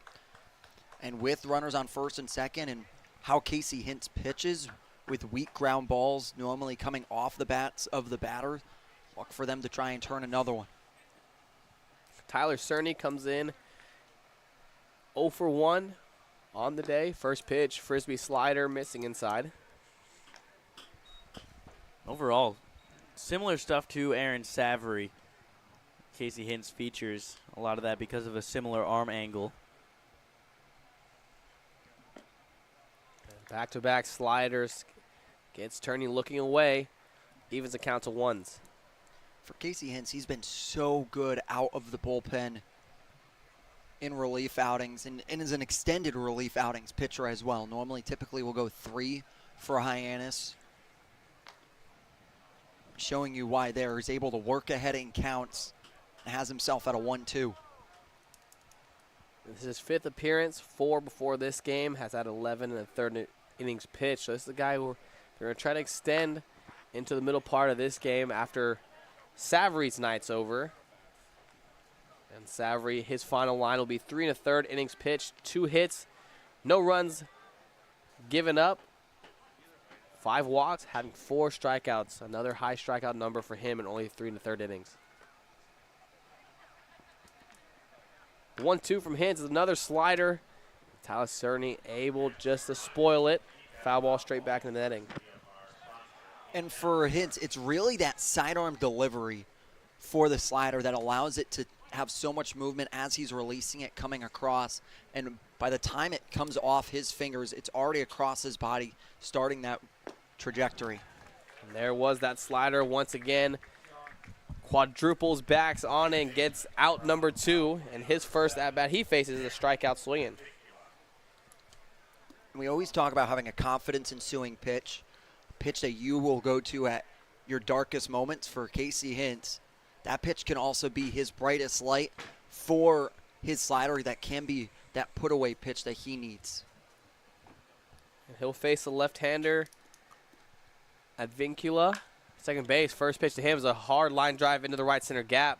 Kepley ranging over to it, getting under it, has time for the 3rd out of the inning.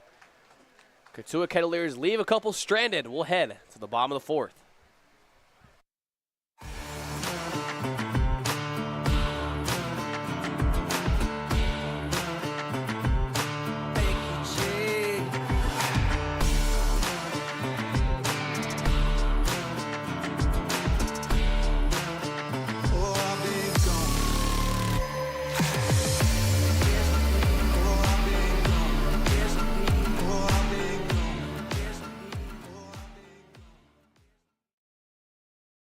Hello there, Cape Cod. We're Bork Heating and Cooling. We've been around for 38 years and counting and have served over 5,300 customers. We specialize in the installation and service of your HVAC systems. Our favorite part of the job is making sure our customer is 100% satisfied. We've been using Bork Heating and Cooling for over 20 years now. They've installed our furnace, our central air conditioning, and our hot water heater. Their service department is great, and I'd highly recommend this company to anyone. We hope to hear from you. Give us a call anytime. Go Harbor Hawks!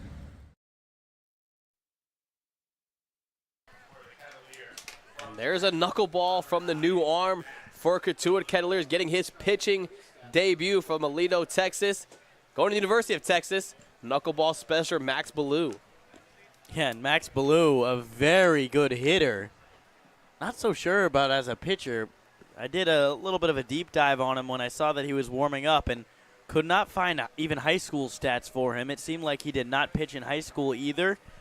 Features a fastball, and here's a knuckleball that we'll see if he's able to throw for a strike. That one looked pretty good, actually. So we'll see if these Harbor Hawks hitters can tee off on him or not.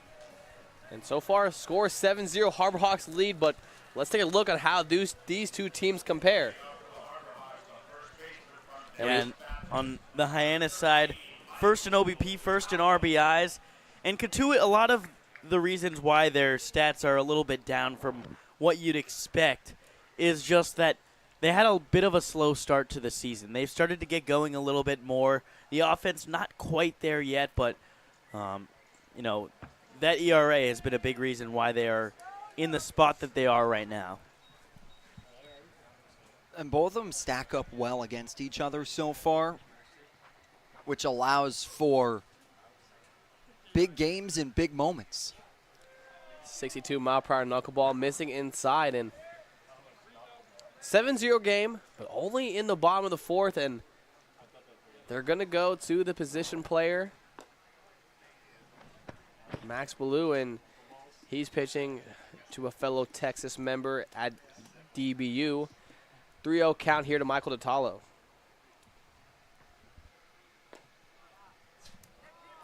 And that's a 4-pitch walk from the Patriot, and Max Ballou's first appearance this summer and first appearance in a long time on the mound is a walk. This is the earliest I've ever seen anyone go to the position player pitcher.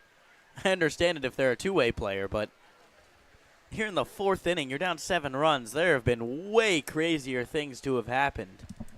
And it's a Cotuit Kettleer lineup that can manufacture runs. We've seen them come back in a lot of ball games this summer, and they currently sit in the second in the Western Division at 13-8. Harbor Hawks right behind them at 12-8-1. So this is the big matchup here for them to go to the position player early. Found his stuff right now. Back-to-back called strikes on the 67-mile-an-hour pitch, and for these hitters, it seems crazy, but the 67-mile-an-hour pitch is going to be tough to time up. You're so used to sitting at 80s and low 70s that the 67-mile-an-hour pitch, when you drop it that low, you have to change your entire timing of how you approach the pitch. And the biggest danger that these Harbor Hawks lineups going to face is not to get too relaxed. They put in a position player, so automatically, everyone kind of relaxes, understanding that this guy's not a pitcher. He's not going to feed you one at 90 miles per hour. He's kind of just flipping one in there. Ballou doesn't want to hurt his arm, so he's not going full extension. So got to be careful here as you got to add some runs on and finish this game and see if you can get a run rule out of it. Don't sit back because those Cotuit lineup can get going early. That's a ground ball over to Tyler Cerny. Tyler Cerny flips it over to second base. Michael DiTallo getting thrown out at second base. And DiTallo shocked that ball was thrown by Cerny. Likely could have beat that throw out, but ends up not sliding and almost getting hit by the throw as well. And again, it's going to be that relaxed mentality that we're going to see here. Rain's coming down. That's a hard line drive with the stolen base. Mason White attempt. And that's a double play. And Max Ballou for the Cotuit Kettleers gets a 1-2-3 inning. Got to be careful not to get too relaxed for the Harbor Hawks as they get an unfortunate double play as we enter the top of the fifth. 7-0, Harbor Hawks still lead. Hey Cape Cod, we're Bork Heating and Cooling. We've serviced over 5,300 customers on and around Cape Cod for almost 40 years. We install and service your heating and cooling system, and our #1 goal is to ensure we do the best job we possibly can to make our customers happy. You have the triple cheerleading squad for Bork sitting here. They repaired our heating system, took care of our air conditioning system, and they set something up with the remote system that they installed for us as well. Yay, yay, yay for Bork. We love them. Give us a call when you're in need of HVAC services. Hope you enjoy the game.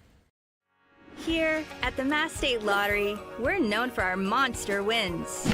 But there's no bigger win than the $1 billion we provide each year to support all 351 cities and towns in Massachusetts. In our game, we know that supporting local businesses and helping communities is how we all win. Because at the lottery, we're all playing for the home team. The Mass State Lottery. Welcome to the state of winning.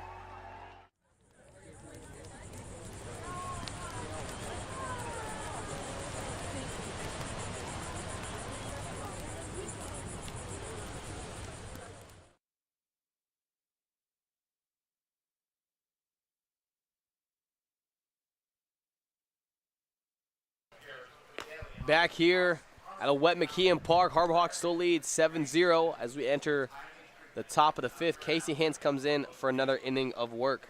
Yeah, he's going to have a full inning here to work with bases clear and dictate how his inning goes. And once again, rain continuing to fall here Fans that are here are sticking it out. And he'll face the top of this Cotuit Kettleer lineup. Devin Taylor, Matt Klein, Brandon Compton due up here in the top of the fifth. First pitch, Devin Taylor. He goes swinging, sends it down the left field line, ranging towards his Josh Tate. That ball just falling in front of him. Foul for a long 0-1 count.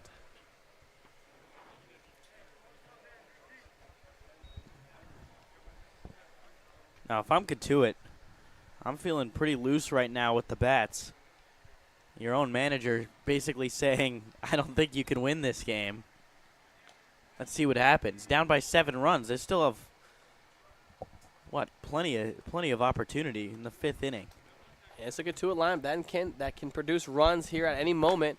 And we saw it against the Harbor Hawks the last time we were here at McKeon Park. They had scratched a couple runs across and ended up winning that game back in the 10th. So it's a Cotuit lineup that's more than capable. The 1-2 changeup missing down the way. Taylor not chasing. Yeah, and for both these two squads, it might be a fight right now to get to 5 innings. And Devin Taylor sends that one down the left field line. Josh Tate ranging over, and we'll have no room to make a play. Devin Taylor showing the opposite field power and sending that one over the left field to get the Cotuit Kettleers on the board, 7-1. That's a well-timed hit by Devin Taylor. That's able to show all power over the left field wall. And for the Cotuit Kettleers, if they want to try and create something, starts there, getting some motion, getting some good swings like they get. If they want to creep themselves back into the game, we just talked about it. This is a team who can do it. And Devin Taylor starting the team off right with that leadoff home run. Both teams showing some opposite field power here thus far. Anthony Silva sending one over the right center gap, and Devin Taylor showing off the power. And Matt Clyde hits that one up the middle, and that's back-to-back base hits for the Kettleers. And right on cue. 2 will-hit balls, that time 94 off the bat, right up the middle. Devin Taylor hit his 97 off the bat. Jackson West will go out and talk to Casey Hintz, try to settle him down. Quick conversation at that. West doesn't have much to say.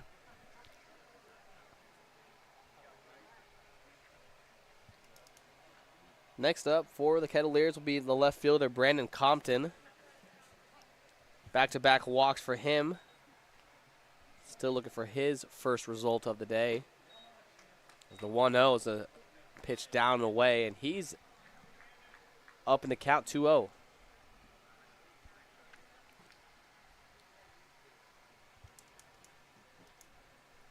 Casey Hintz slide step slider, riding on the hands, 2-1.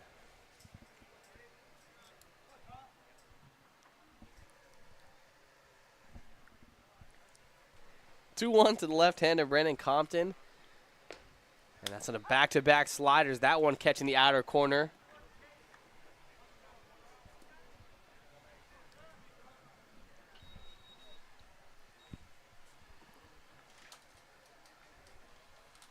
The 1-2 pitch, fastball up in the zone, fouled straight back. And Casey Hintz, with that lower 3/4 arm angle, certainly easier for him to get out right-handed hitters, but in a tough spot where he does have Brandon Compton here, a very powerful left-handed hitter. If you can get through him, that's your path out of this inning. 1-2 backdoor, back foot slider. Compton doesn't go chasing. And for Compton today, already has 2 walks. So if you can get by him and get him out for the first time, that would be huge. Casey Hintz missing arm side. And he has a chance to get his 3rd walk. 3-2 here. Run on first base of Matt Klein. Still nobody gone for the Harbor Hawks defensively. The The 3-2 with a hard ground ball hit in between the Talo and White. And even with the position players pitching for the Cotuit Kettleers, these bats are getting hot. 3 hits in a row.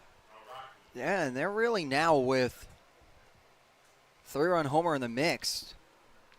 One swing away from opening this ball game to a new dimension. Yeah. Nobody warming in the pen right now for Cotuit either. And this is a guy in Naraki who has 2 home runs already this summer. There goes that slider, just missing inside. Nobody going for the Kettleers, nobody going for the Harbor Hawks. Both bullpens remaining empty. And the 1-0 slider out front. Ball hit high in the air. It'll be Lodis, White, and Kepley ranging to it. And Lodis making a beautiful over-the-shoulder play to get a huge out, number 1 for the Hawks. And for Lodis, he's got to travel a lot of ground to get out to shallow center field. And with Kepley's speed, he has the reach over his back to make the grab for the first out. It's a big one, too. Get that surefire out, and now opens up the double play to end this half inning. And with sinker baller and Casey Hintz, that's exactly what they're going to go for. And that'll bring up Easton Winfield, still looking for his first hit of the summer. Just got activated today from Louisiana Monroe, hometown of Alvin, Texas. This is a freshman who got it done for Monroe this past spring. Fastball gets behind Jackson West. Both runners advancing into scoring position. Easton Winfield, another left-handed hitter in this lineup. Talked earlier in the show how Cotuit just stacking lefties against a guy in Savory, but now with Hintz on the bump as well. That mantra still works well. The 2-0 slider stays up in the zone. 3-0 count here, and a base hit could change the ball game. Won't make it 1 swing away. Base hit could score 2, making the 7-3 game, and Cotuit will only be down 4. Big moment here, and once again, Cotuit Kettleers bullpen remaining empty. 3-0 down the zone, and you have the bases juice for the shortstop, Timo Becerra. Now with the bases loaded after the wild pitch, eliminates the double play. The double play comes right back into possibility to end this half inning. Harbor Hawks trying to hold on to their lead here. Don't want to let it slip away like it did the last time these two teams met inside the confines of McKeon Park. Still 1 out, slider. Becerra offers at it. Casey Hintz gets ahead in the count, 0-1.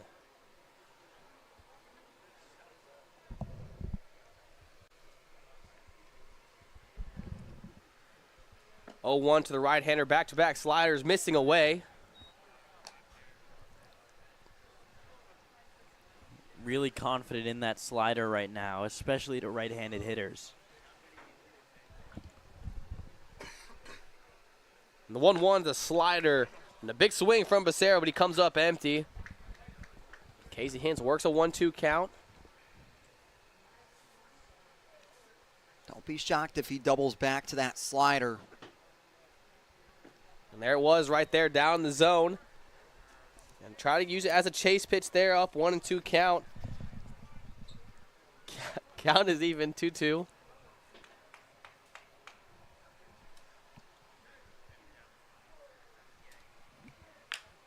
And there's the ground ball. Anthony Silva ranging to his glove side, makes the play to Snow, or Mason White. Mason White fakes the throw over to first, and they get the runner out at second base, but 1 run will come across for the Kettleers. And Becerra just getting a job done, putting the ball in play. Does hit it on the ground, gets the ground ball that Hintz was looking for, but just not hard enough. No chance for Mason White to throw him out at first. 7-2 ball game now here at McKeon Park. Runners are at the corners. First pitch to another left-handed hitter, Charles Donovan, the Canadian.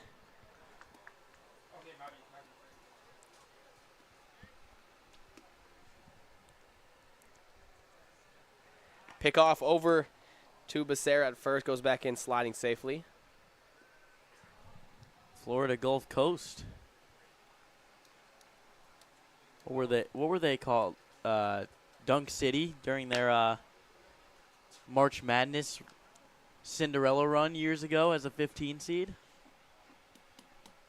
You a big March Madness guy, Jacob Irons? Huge March Madness guy. I love college basketball. If that's a sport, I am all in on college basketball. There you go. 1-1 sinker misses arm side from the right-hander Casey Hintz. With runners on the corner. 2-1 count here with 2 outs. Bigger question, is Nico Sharp March Madness man? Oh, I love March Madness. I love all sports. I mean, there's not really a sport that you won't catch me watching. And, you know, when it comes to TV shows, movies, you know, don't really watch too much TV shows and but movies. apparently Sandlot. Sandlot, yeah, of course. Growing up. Didn't even watch a lot of movies growing up. There's still a lot of sports, but, I mean, Sandlot, I feel like it's just a given for most. Yeah. Even non-baseball people have seen the Sandlot, so it's a rough one for Jacob Irons, and you'll have to explain yourself out of that one every single day. 2-2 line drive hit right to Alex Lodis, and after Cotuit threatens, they are able to scratch a few across with the home run from Devin Taylor. Scores now 7-2, and before the Harbor Hawks try to come back and answer, we'll send it over to silent reporter Josie Broyles. Little bit of a rainy day here at McKeon, but the Hawks are on fire today with a grand slam from Anthony Silva. Now, speaking of grand slams, the Hawks actually took on the Kettleers about this time last year. And despite the loss of 16-7, Eric Snow actually hit a grand slam. It's his second year on the Hawks, and I was able to ask him how it felt. And to put it simply, he said it was just awesome. I also was able to ask him if he's noticed any major changes with the team this year compared to last. He said all good things, but he actually commented on the different personalities that he's been able to find on the team. He says it's really fun being able to be friends with guys this year with a bunch of different traits that have played all around the country. All in all, he's glad to be a Harbor Hawk for the second year in a row. Back to you guys. Thank you, Josie. It's another great story. Eric Snow finding his way. He hit a home run last night and hit a grand slam against these Cotuit Kettleers, just as the Horned Frog Anthony Silva did tonight. Yeah, that homer against Cotuit came late in the 9th inning, and it looked like it was going to be a game that was going to be put away for Hyannis. They only scored 1 run up until the 9th inning. Then in that 9th, they scored 6, but fell a couple short to the Cotuit Kettleers.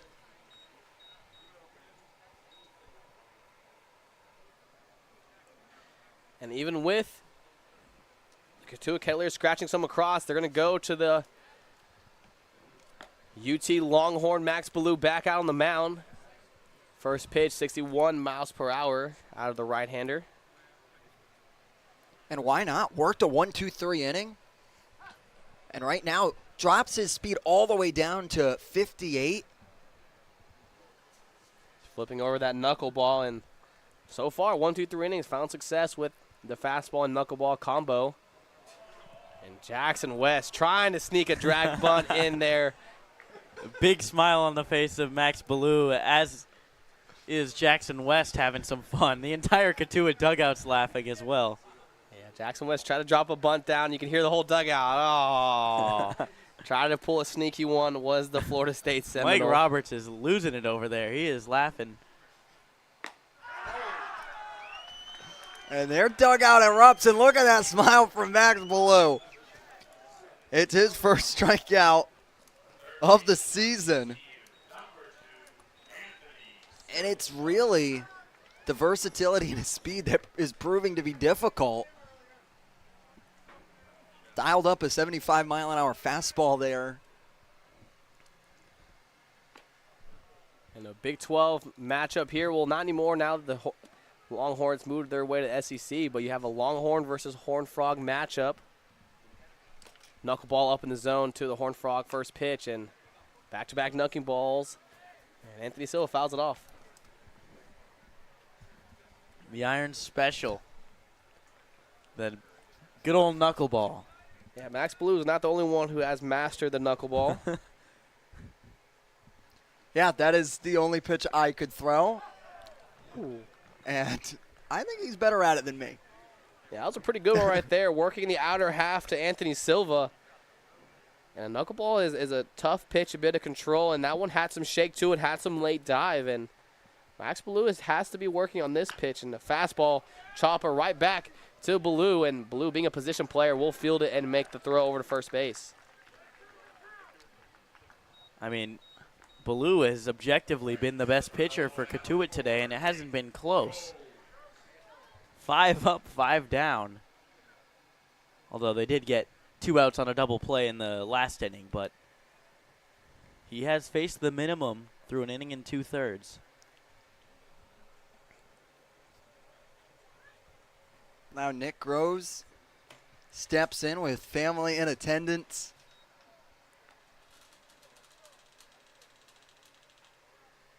And if you wanted to send one long, this could be the moment.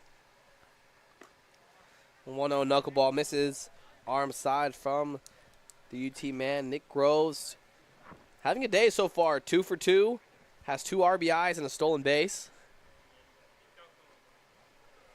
Knuckleball down the zone, quickly up ahead, 3-0 in the count.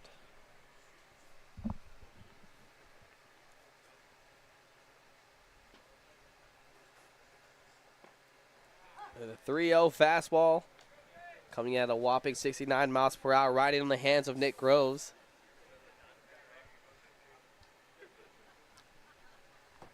And that's where his fastball's been sitting, likes to tunnel behind the knuckleball, and Nick Groves finds another way on with that fastball at 70 miles per hour. Nick Groves, have yourself a day. 2 for 2 with a walk now against the toughest pitcher the Cotuit Kettleers has thrown at The best pitcher on Cape Cod right now, statistically. Yeah. ERA of 0. But now with Ballou's slow delivery, don't be shocked if Nick goes and grabs second base.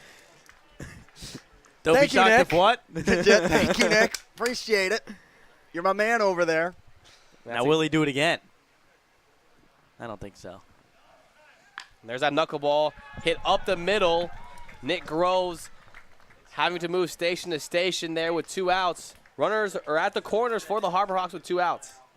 For Nick Groves, the Canadian, we get to sit down with him tomorrow at 9 a.m. for Diamond Treats. You'll catch that one as me and Nick Groves talk a little bit about what his experience has been like so far with the Harbor Hawks, as well as some of the good food recommendations he has and his love of ice cream. Yeah, he had a lot of good input. Got a chance to sit in with you guys as Josh Tate's going to slide in for a stolen base to add to his evening. And first pitch to Kane Kepley's a strike, and now there's 2 runners in scoring position now for the Harbor Hawks. Lead off Kane Kepley at the plate. And the 0-1 knuckleball kicked back in by the home plate umpire, Jeffrey Kinney, as that knuckleball hits off his shin. And once again, Hyannis getting their most runners on with 2 outs. Continuing to really bring the level up when they see that 2 on the board in the out column. The 1-1 fastball, 71 miles per hour up in the zone. Bringing the heat. Dialing it up that time, all the way to 71. Reminds me of my pitching days.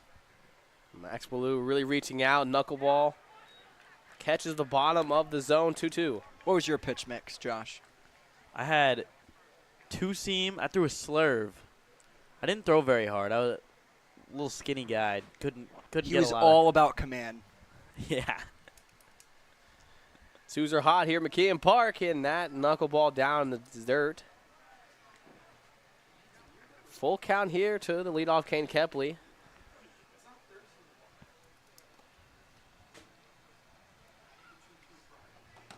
Kind of an eerie look in the sky right now. A 3-2, Kane Kepley, high fly ball working towards third base. Is Naraki. Naraki and Klein can't communicate, and that ball falls right in between them. And Kane Kepley gets another life. think it was also the communication, but also the wind brought it back. It looked like it was going to go over the netting that hangs low here down the third base side. Then all of a sudden it cut back and found its way between Klein and Naraki. And Naraki and Kepley just looked at each other, or I should say Naraki and Klein just looked at each other. I could tell immediately no one was catching it. That might have been our first chance at it. A foul ball. That just barely missed the top of the net. It would have gone above us, but it may have hit just above us on the roof.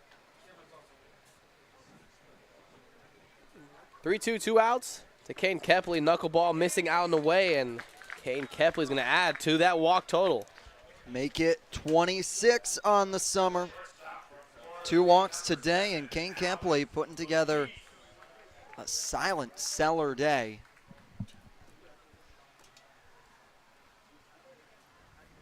Now Lodis. 0 for 3 today, trying to crack through. Has a chance to respond here. Bases loaded. 2 outs. Cotuit Kettleers answer the call with 2 runs up in the top half. And Lodis is the only lone Harbor Hawk that has not found himself on first base yet today.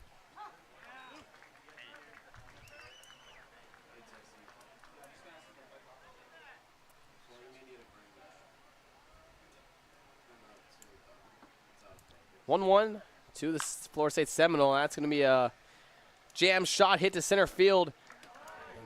Charles Donovan able to make the play in center field, and Max Ballou, 2 shutout innings for him against the Harbor Hawks. Score remains 7-2 as we enter the 6th.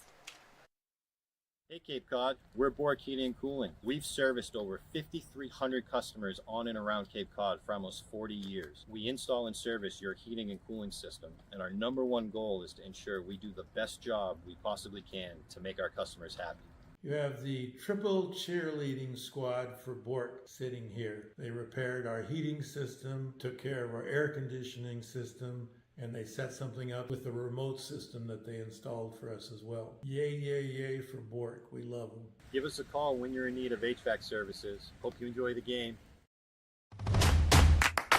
This will be your college. This will be your home. This is where you will join a community that supports you, cares about you, pushes you, cheers you on, challenges you, inspires you, helps you reach your dreams. Open your eyes to opportunity and your mind to possibility. Your future begins here. Make a difference. Leave your mark. Break the mold. Be a leader. Achieve unimagined heights. Believe in yourself. Make lifelong friends. This is your time. Your place. Your home. Your Dean. It all starts here at Dean College.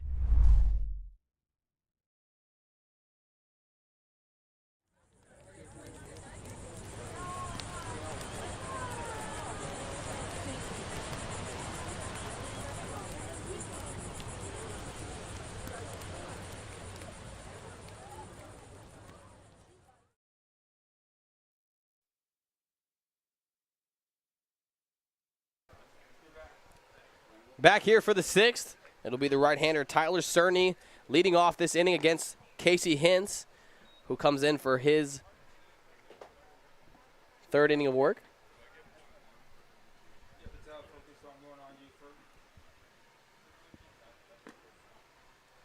Casey Hintz changeup missing down the zone.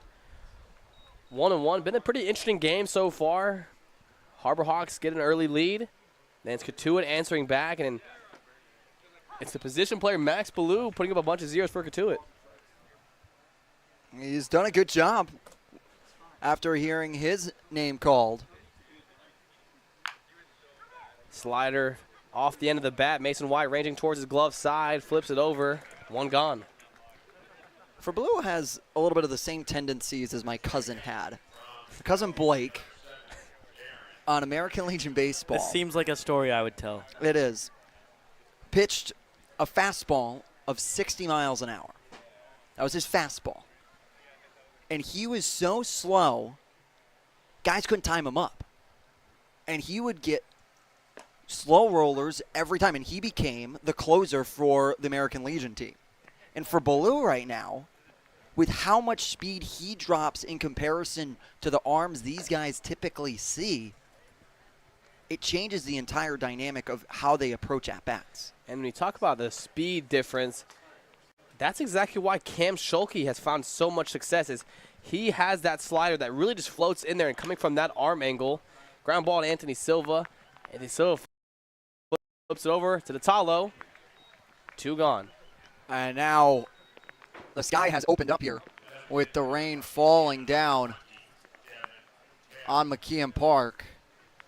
One good thing about where we stand right now is that it is a complete game if this game was to stop. Lineup's going to turn over on its head. It'll be Devin Taylor, who hit the long ball to lead off the inning for the Cotuit Kettleers back in the 5th. Showing off the opposite field power. That 1-0 sinker catching that outer part of the zone. Back to even at 1-2, on 1-1.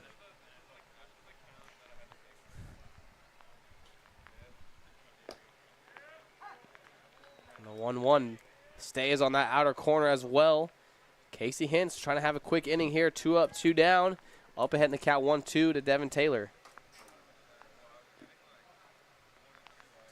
For Hintz there, he's looking at the dirt, trying to really gain his footing as the mound is really starting to become a little bit of mud. And so far for Devin Taylor, he has found his way on every single time. Back-to-back walks in the 1st and 3rd, and then had the home run. So being a productive top of the lineup for the Cotuit Kettleers, and Casey Hintz sends him down swinging for the first time. And Mike Roberts and Carricker are going to meet and have a conversation about the rain. But first, we'll send it over to our good friend down the third base line, Matt Coates.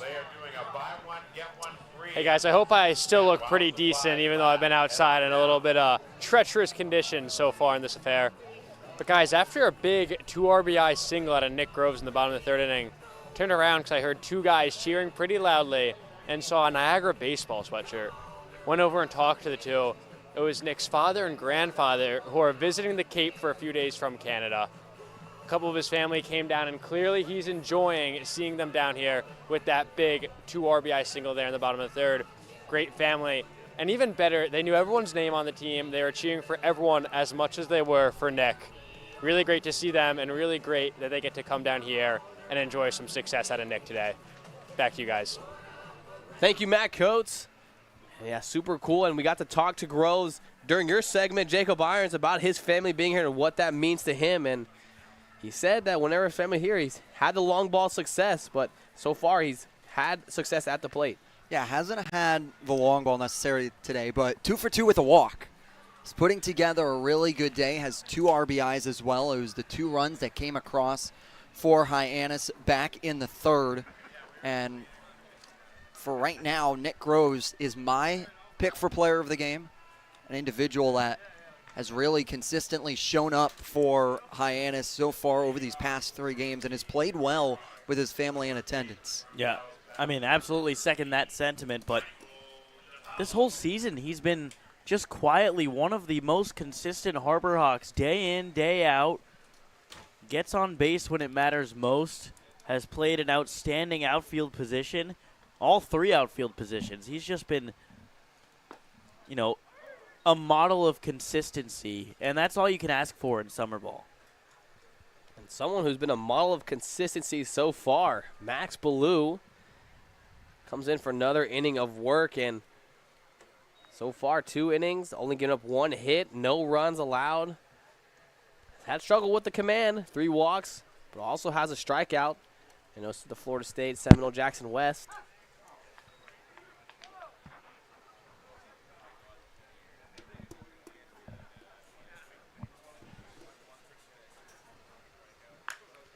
And knuckleball staying up in the zone. Michael Tatala working the right center gap. Winfield will just look up, and there's nothing he can do about it. Michael DeTalo showing the opposite field power for his first home run for the Harbor Hawks this summer. Good for Michael DeTalo, finally getting on the board. He has done everything when it comes to hitting this summer. Finally picking up that first home run, 91 off the bat, 350 in the air. For Michael DeTalo, after the Cotuit Kettleers were able to grab 2 an inning ago in the 5th. They get one back here, keep the Harbor Hawks in front. Next up is another guy who's shown power, Mason White. He fouls one down the right field line, and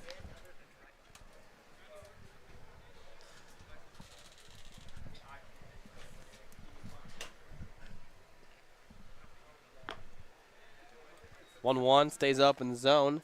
Mason White works himself into a hitter's count. Mason White obviously has a whole lot of power if he gets one up in the zone. Pull side power works down the right field line, ranging to his Winfield, and that ball landing in the bullpen of the Kettleers. Counts 2-2. Just got under that pitch a little bit too early on it. We've got a uniformless Kettleer warming up right now. Just wearing that BP shirt. And on the other side for the Harbor Hawks, it'll be Sean Fitzpatrick, the southpaw working. So far for Mitch Carricker, it's a lot of sidearm three-quarter guys. 3-2 to Mason White. Ball hit up the middle in the shift as Becerra. And a very slow call from Ryan DeMare over at first base, but just beating the speedy Mason White, gets out number 1. That was, it took a while to get a signal there. That is what you're taught by Ryan DeMare. Here we go. That if you want a couple seconds to compose yourself, figure out the call before you make the official call, because it's hard. It's tough to walk back the call. So doing a good job there, working everything through in his mind before making that call, and gets the out for Ballou. And really, there's no words to describe what Ballou has done on the mound today. It's been the knuckleball that's been working for him. And it'll be a new batter for the Harbor Hawks, down 0-2 in the count. Number 15, Cannon Peebles. Played at Tennessee this past spring. This is a guy who got to celebrate a lot after the College World Series. Why was that? I believe they won it. They won it all. Yeah, that's a pretty good reason to celebrate. That's a good reason to celebrate. Not a bad reason. As Jacob Irons looks in disgust, that knuckleball catching the outer corner, and Cannon Peebles goes down looking, and the Cotuit Kettleers thinking that's out number 3, getting all excited after the strikeout looking for Max Ballou. This has easily been the weirdest game of the season so far for the Hyannis Harbor Hawks. With the conditions they faced and the rival on top of it in Cotuit in the Battle of Barnstable. Jackson West ground ball hit to Advincula, and he ranges over to his glove side, making the play on the run for out number 3. And after the home run lead off from Michael DeTalo, Ballou goes 1-2-3. Harbor Hawks extend the lead to 8-2 as we enter the 7th. This will be your college. This will be your home. This is where you will join a community that supports you, cares about you, pushes you, cheers you on, challenges you, inspires you, helps you reach your dreams. Open your eyes to opportunity and your mind to possibility. Your future begins here. Make a difference. Leave your mark. Break the mold. Be a leader. Achieve unimagined heights. Believe in yourself. Make lifelong friends. This is your time. Your place. Your home. Your Dean. It all starts here at Dean College.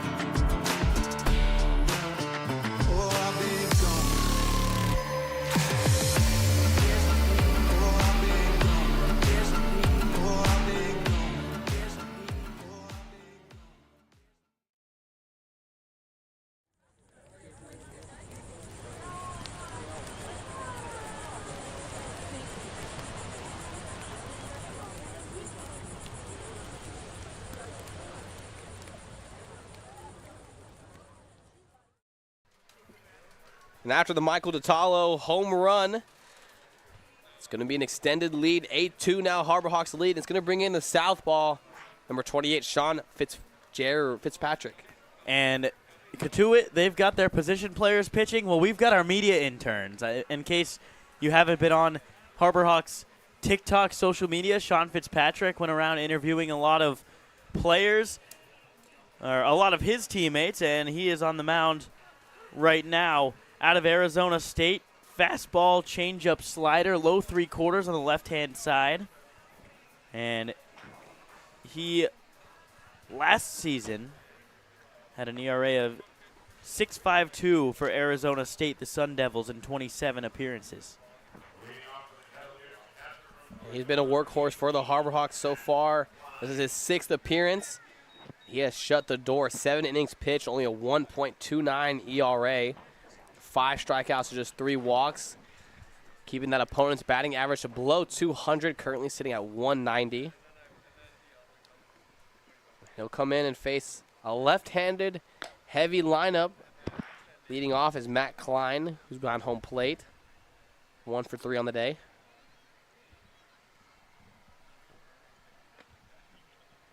Got Luke Hansen warming up, the infielder from UVA. He's in the bullpen. Now, Hansen a little bit different. He did pitch in high school. So maybe, who knows what we'll see from him.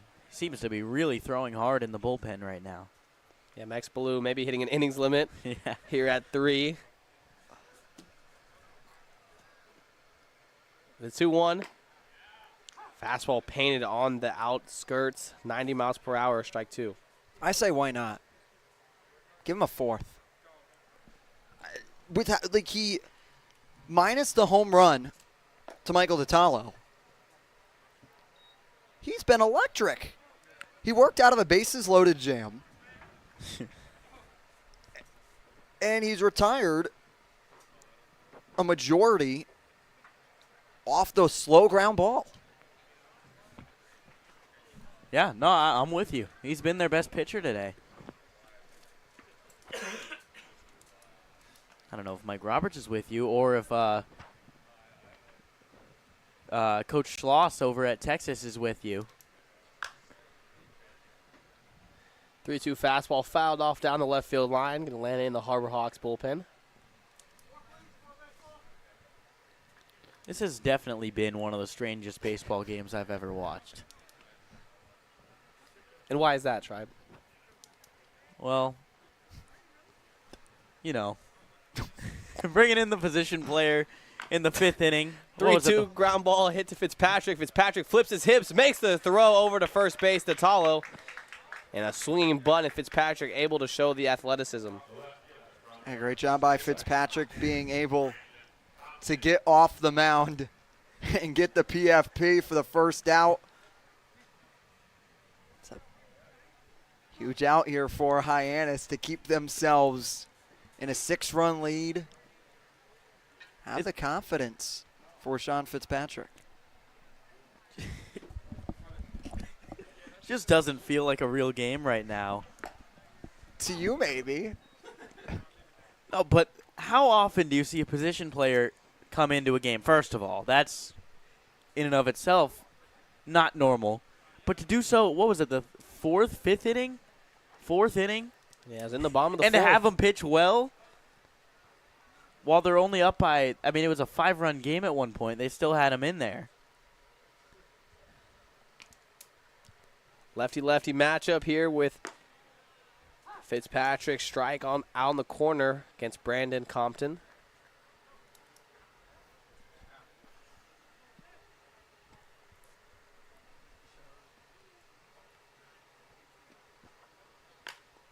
And the 1-2 off the hands, and that ball's going to follow over the head of Sylvan right in front of Tate's feet.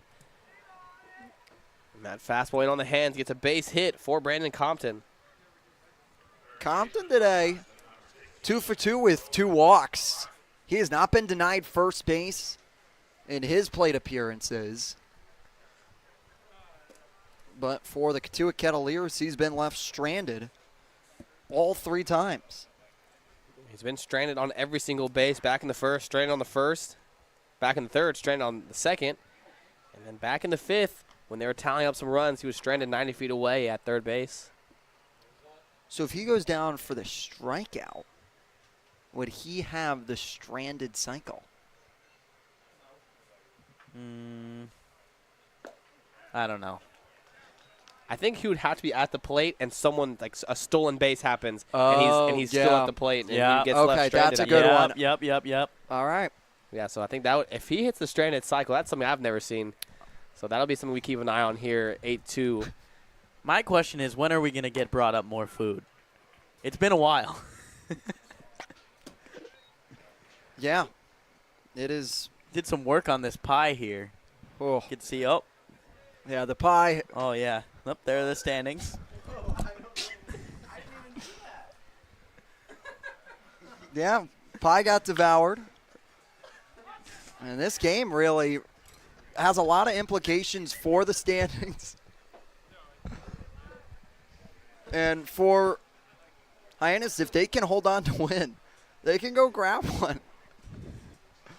And grab a game, move themselves into the second position, and win awards them 2 points. Right now, standing a point back, it would only be a 1-point cushion over Cotuit, but being in second is huge, especially in the momentum and the part of the season that they have.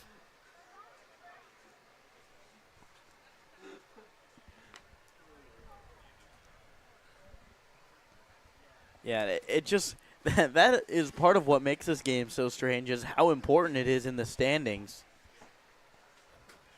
These two teams are going to play 2 more times this season. Right in the middle of the Western Division.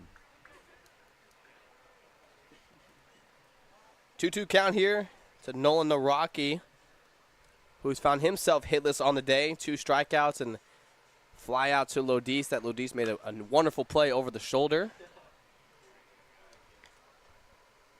Next time these two teams face each other is on the 23rd of July. This will be back at McKeon Park to round out the series here. And then at Cotuit on the 1st of August at Lowell Park. Before the season comes to a close on the 4th. And Rocky shoots one to right center gap, and that one's quickly in the trees. Nolan Naraki, a hard line drive into right center. And Cotuit has found themselves one swing away, now only down 8-4. And the ball is flying out to right center field right now. That is the 4th or 5th ball hit out there that seemed to carry quite a bit. That one got out like DeTalos did earlier, but hey, 4-run game. I mean, they still got the position player Luke Hansen warming up, but this is absolutely a game. Absolutely a game, and a big one here. And all home runs being hit to the opposite field. No pull side home runs today. It's all handsy stuff working the other direction. And these aren't home runs either that are just floating on over, letting the wind take care of it. Those are hard line drives.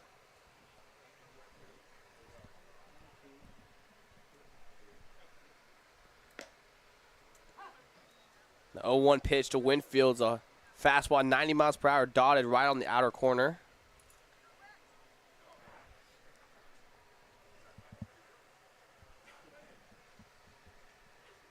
Oh, 2 to the left-hander. Fastball blown right by him.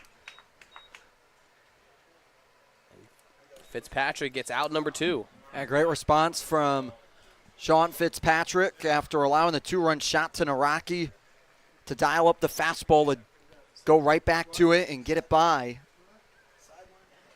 Winfield.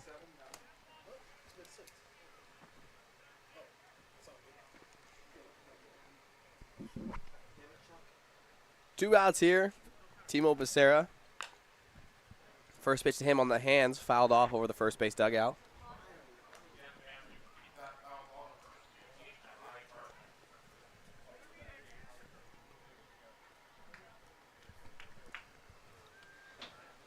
Becerra so far, 2 for 3 on the day.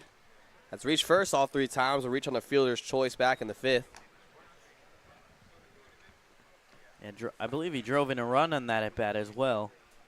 Just a slow ground ball towards the left side, not able to turn 2 for the Harbor Hawks.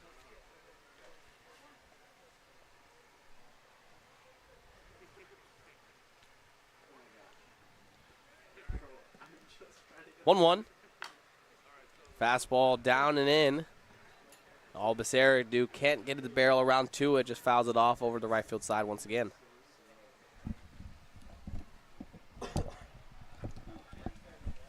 Fitzpatrick trying to work out of this half inning. The 1-2 is a fastball just getting away from him on the arm side. Fitzpatrick, 2/3 of an inning thrown, 27 pitches. This will be his 28th.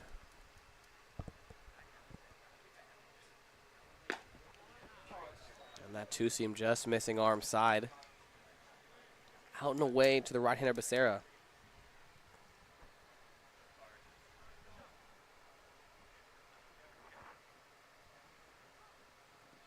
3-2 is a fastball blown right by him. Fitzpatrick gets his second strikeout of his outing. But thanks to the 2-run home run from the Rocky, they cut the lead to in half, 8-4, as we enter the bottom half of the 7th.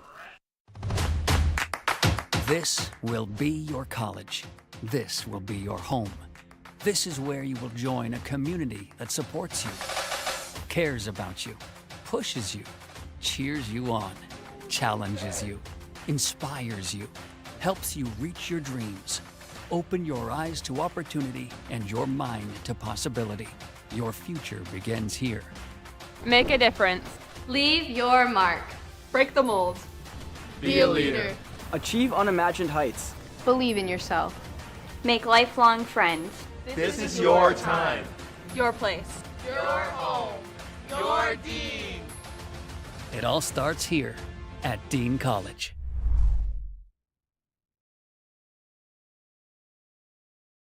Here at the Mass State Lottery, we're known for our monster wins. But there's no bigger win than the $1 billion we provide each year to support all 351 cities and towns in Massachusetts. In our game, we know that supporting local businesses and helping communities is how we all win. Because at the lottery, we're all playing for the home team.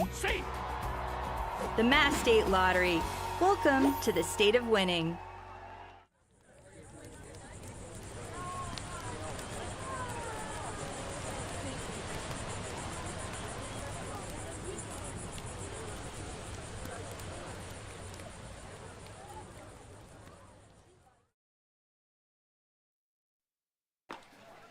Back here for the bottom of the 7th, and it's stretch time. And you see Silent Report Matt Coates getting in on the chicken dance alongside Mike Maynard. Matt Coates really rocks that quarter zip, I will say. Do you not agree? Oh, absolutely. Absolutely. Matt Coates really puts on the fits, and Anthony Silva working the other way. Working to the right center gap. Winfield diving, can't come up with it. Anthony Silva rounding second. Will try to go for the triple. And a head-first slide comes in safely. Anthony Silva had the home run back in the first. Gets the triple here. And you put in the other position player that actually does have a little bit of pitching experience, and that's what happens when you see another look. Absolutely tattoo that ball out to deep right center field, and a leadoff triple for Silva. And it's going to be Luke Hansen, number 29, out of Virginia. And he did have pitching experience, but you're going to have to go all the way back to his high school days. No. That's where you're wrong, my friend. Luke Hansen in the Northwoods League last year, 1 inning pitched, 2 strikeouts, 2 walks, but 3 earned runs allowed on 3 hits. So he has pitched at this level, or not quite at this level, but Northwoods League level. And Nick Rose sends that one back up the middle, hits off the glove of Hansen. And the speed of Groves going to easily beat that one out to first base. Nick Groves, have yourself a day. There you go. 3 for 3 with a walk. The future Fighting Illini can do no wrong today. It's found first base in every plate appearance this evening. Sorry, Nico. Found some more pitching stats for Luke Hansen in the Perfect Game Collegiate League as Nick Groves takes second. Played for the Auburn Double Days. This was as a high schooler. He was about to go into his freshman year. He pitched for them. 2.3 innings pitched, 3 runs allowed, all of them unearned. 2 walks, 3 strikeouts, so he's got a little bit of experience in the pitching department. The 2-0 to Josh Tate misses down the way, but when you speak about Nick Groves, 3 for 3, has a walk, 3 RBIs, 3 stolen bases. I mean, that's a player of the game candidate, and if that doesn't get you the player of the game, I don't know what will. Maybe a home run and a triple or a grand slam and a triple from Anthony Silva. We got competition here. Ooh. That's tough. All right, tell us in the comments who is your player of the game, and maybe if we get enough votes, we'll take that into consideration. Yeah, we'll check out the comments here. Anthony Silva had the grand slam back in the first, and then he just had the triple and just came around to score. So he has 4 RBIs and has played it across himself twice, going 2 for 4. You have Nick Groves, 3 for 3, and he has 3 RBIs and 3 stolen bases as well as a walk.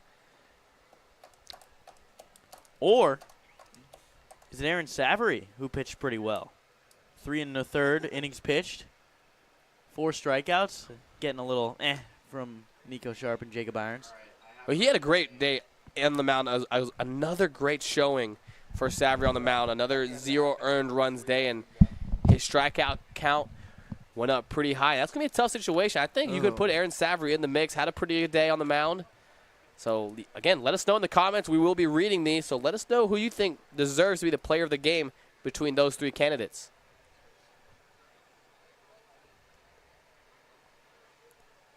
(3-1) count here to a guy who's not unfamiliar with the player of the game recognition, Kane Kepley. He's 1 for 2 on the day, has 2 walks. Had a double back in the first and has a stolen base. 3-2 count to him. Fastball 84 miles per hour inside, fouled off.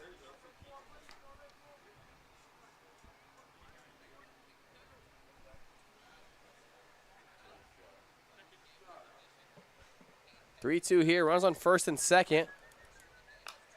Another one fouled off.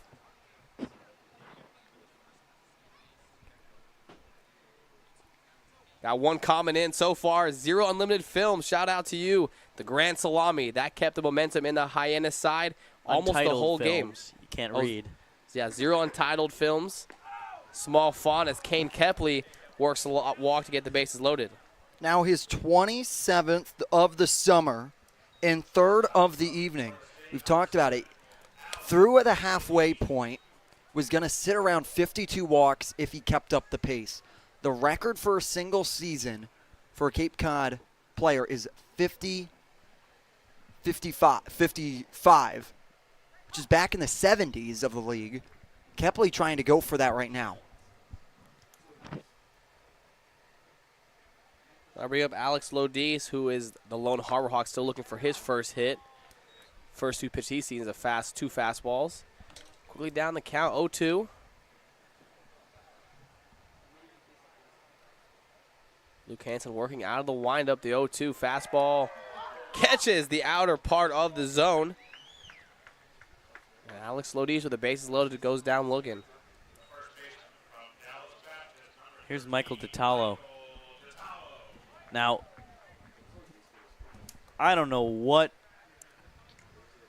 the scouting report on Detallo is. I don't know if they're really shifting right now how they would normally, but Michael Detallo lives in right center field, and he has got about as much space out there as you could possibly have.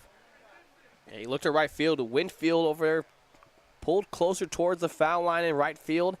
And then you have center field. Yeah, you look in that right center gap, and that's a huge gap for Natalo to work with. And a guy who is a great working up the middle and opposite field, to your point, Josh Schreiber. Yeah, it's going to be a pretty interesting choice there. And, again, 9-4 here late in the game. You have a position player up, so maybe not working with the scouting reports too much here.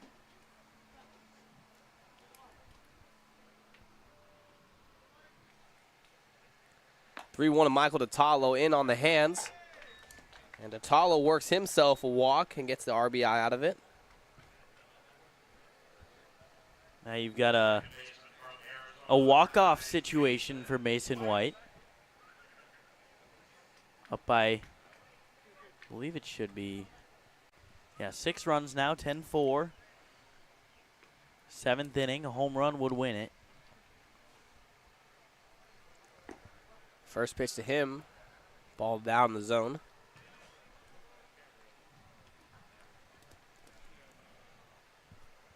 Luke Hansen working a little sidearm action, fastball.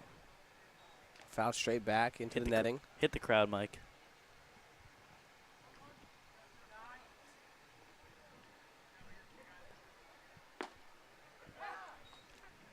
From the sidearm, puts it right in on the hands of Mason White. Gets ahead 1-2 here. Trying to limit the damage here with bases loaded. Big swing from Mason White. Fouls it over the netting down third base line.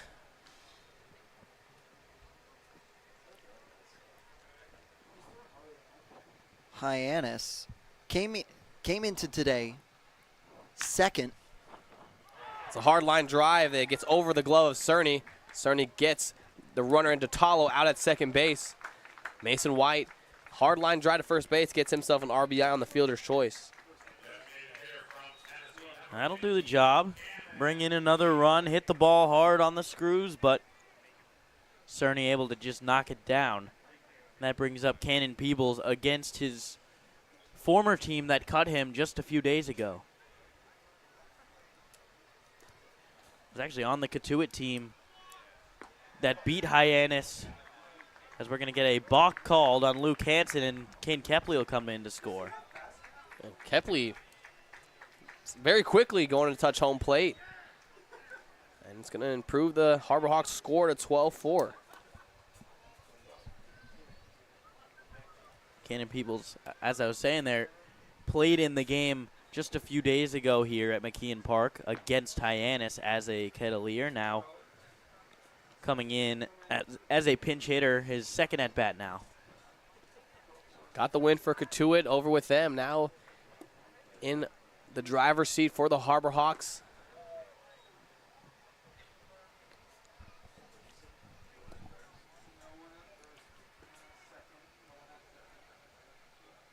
Mason White now standing over at second base after the balk was called. 1-1. Down in the zone. 2-1 count.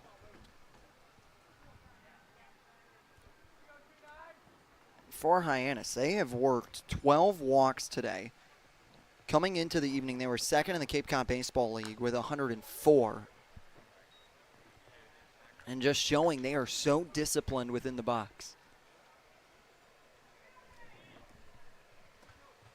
12 walks is almost unheard of. That's a staggering number. And the Kettleers have worked themselves 6 walks, which 12 walks, 12 runs. Peebles fouling it off, and it'll land on top of the Harbor Hawks dugout. And another balk. Oh, yeah, it's going to be another balk called, and we'll do it again. But this time Mason White going to be standing over at third base. And Luke Hansen, what happened was he kind of hesitated on the leg kick, which you are not allowed to do with a runner on base. And that's what that conversation is with Jeffrey Kenny going out to correct the pitcher. 2-2. Slow breaking ball at 63 miles per hour, just misses out and away.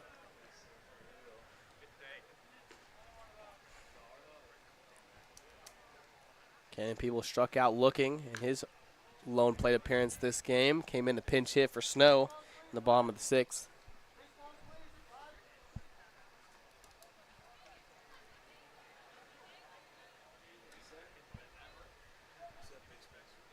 Two and a half hours have gone by here at the Battle of Barnstable. And Cannon Peebles, a hard ground ball up the middle, and he gets a base hit and gets an RBI single. Now Hyannis stands 1 run away from a mercy rule instituted this year in the Cape Cod Baseball League. If a team is leading by 10 or more runs after 6.5 innings, the game can be called. The Harbor Hawks starting to warm up a couple of arms. Jackson West comes up to the plate. 0 for 3 on the day, has a walk, and with that run rule in mind, they're going to try to get even closer to it. Cannon Peebles gets the stolen bag. A little stat padding for the Harbor Hawks. At this point, you have to imagine, I mean, the way this game has been played and managed by Mike Roberts, that he's probably hoping Cotuit just gives them the game at this point. Doesn't want to keep using his arms. Neither does Hyannis for a different reason, just because obviously want to just win this game. Tricky little pickoff move from Luke Hansen. Froze at the top of the leg lift and just showing a pick off over to second base. And Jackson West, big swing. Try to hit that one over 358 down the right field line. Find some grass in the outfield, the game is over. That's all you got to do if you're Jackson West. And Cannon Peebles stay on second base. He's the lone runner for the Harbor Hawks. There's a breaking ball. Jackson West sent out front of the foot. Ball hit in between the shortstop, and the shortstop drops the ball in Becerra. And with that ball dropping, that's going to be a walk-off for the Florida State. Jackson West floats one over, put one in play. And the mercy rule will be put into effect. 14-4 final here at the Battle of Barnstable. I said it. It's the weirdest game I've ever watched. I feel like that had to be on purpose there in shallow left field. In the glove of Timo Becerra. And he just squeezed it too hard, I guess. It fell down, and Mason White comes in to score a very strange 14-4 victory for the Hyannis Harbor Hawks. I don't think words can do the game justice about what we just saw. Had position players pitching. It was a 5-run bottom of the first for Hyannis, and they took control and never let go. For both these two squads, gets to save a couple of arms. But for Hyannis, they got a big game tomorrow against the Bourne Braves, team that they are 0-1-1 against, trying to take care of business. And for Hyannis, this game allows them to go grab second place in the Western Division.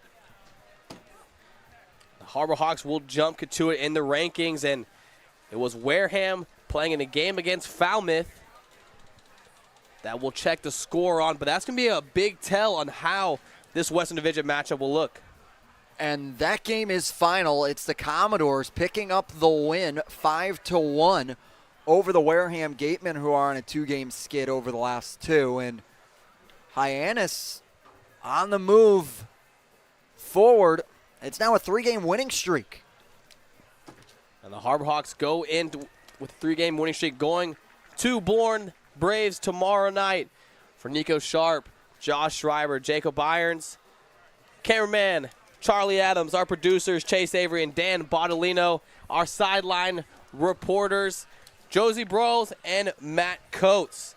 Harbor Hawks get the victory 14-4. And we'll see you tomorrow night on the road at Bourne Braves. We'll see you then.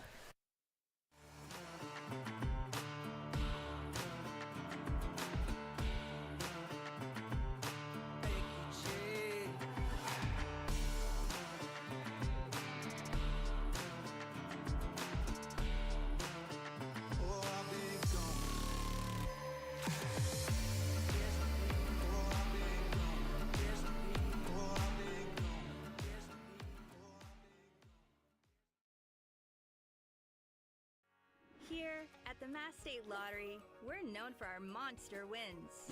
But there's no bigger win than the $1 billion we provide each year to support all 351 cities and towns in Massachusetts. In our game, we know that supporting local businesses and helping communities is how we all win. Because at the lottery, we're all playing for the home team. The Mass State Lottery. Welcome to the state of winning.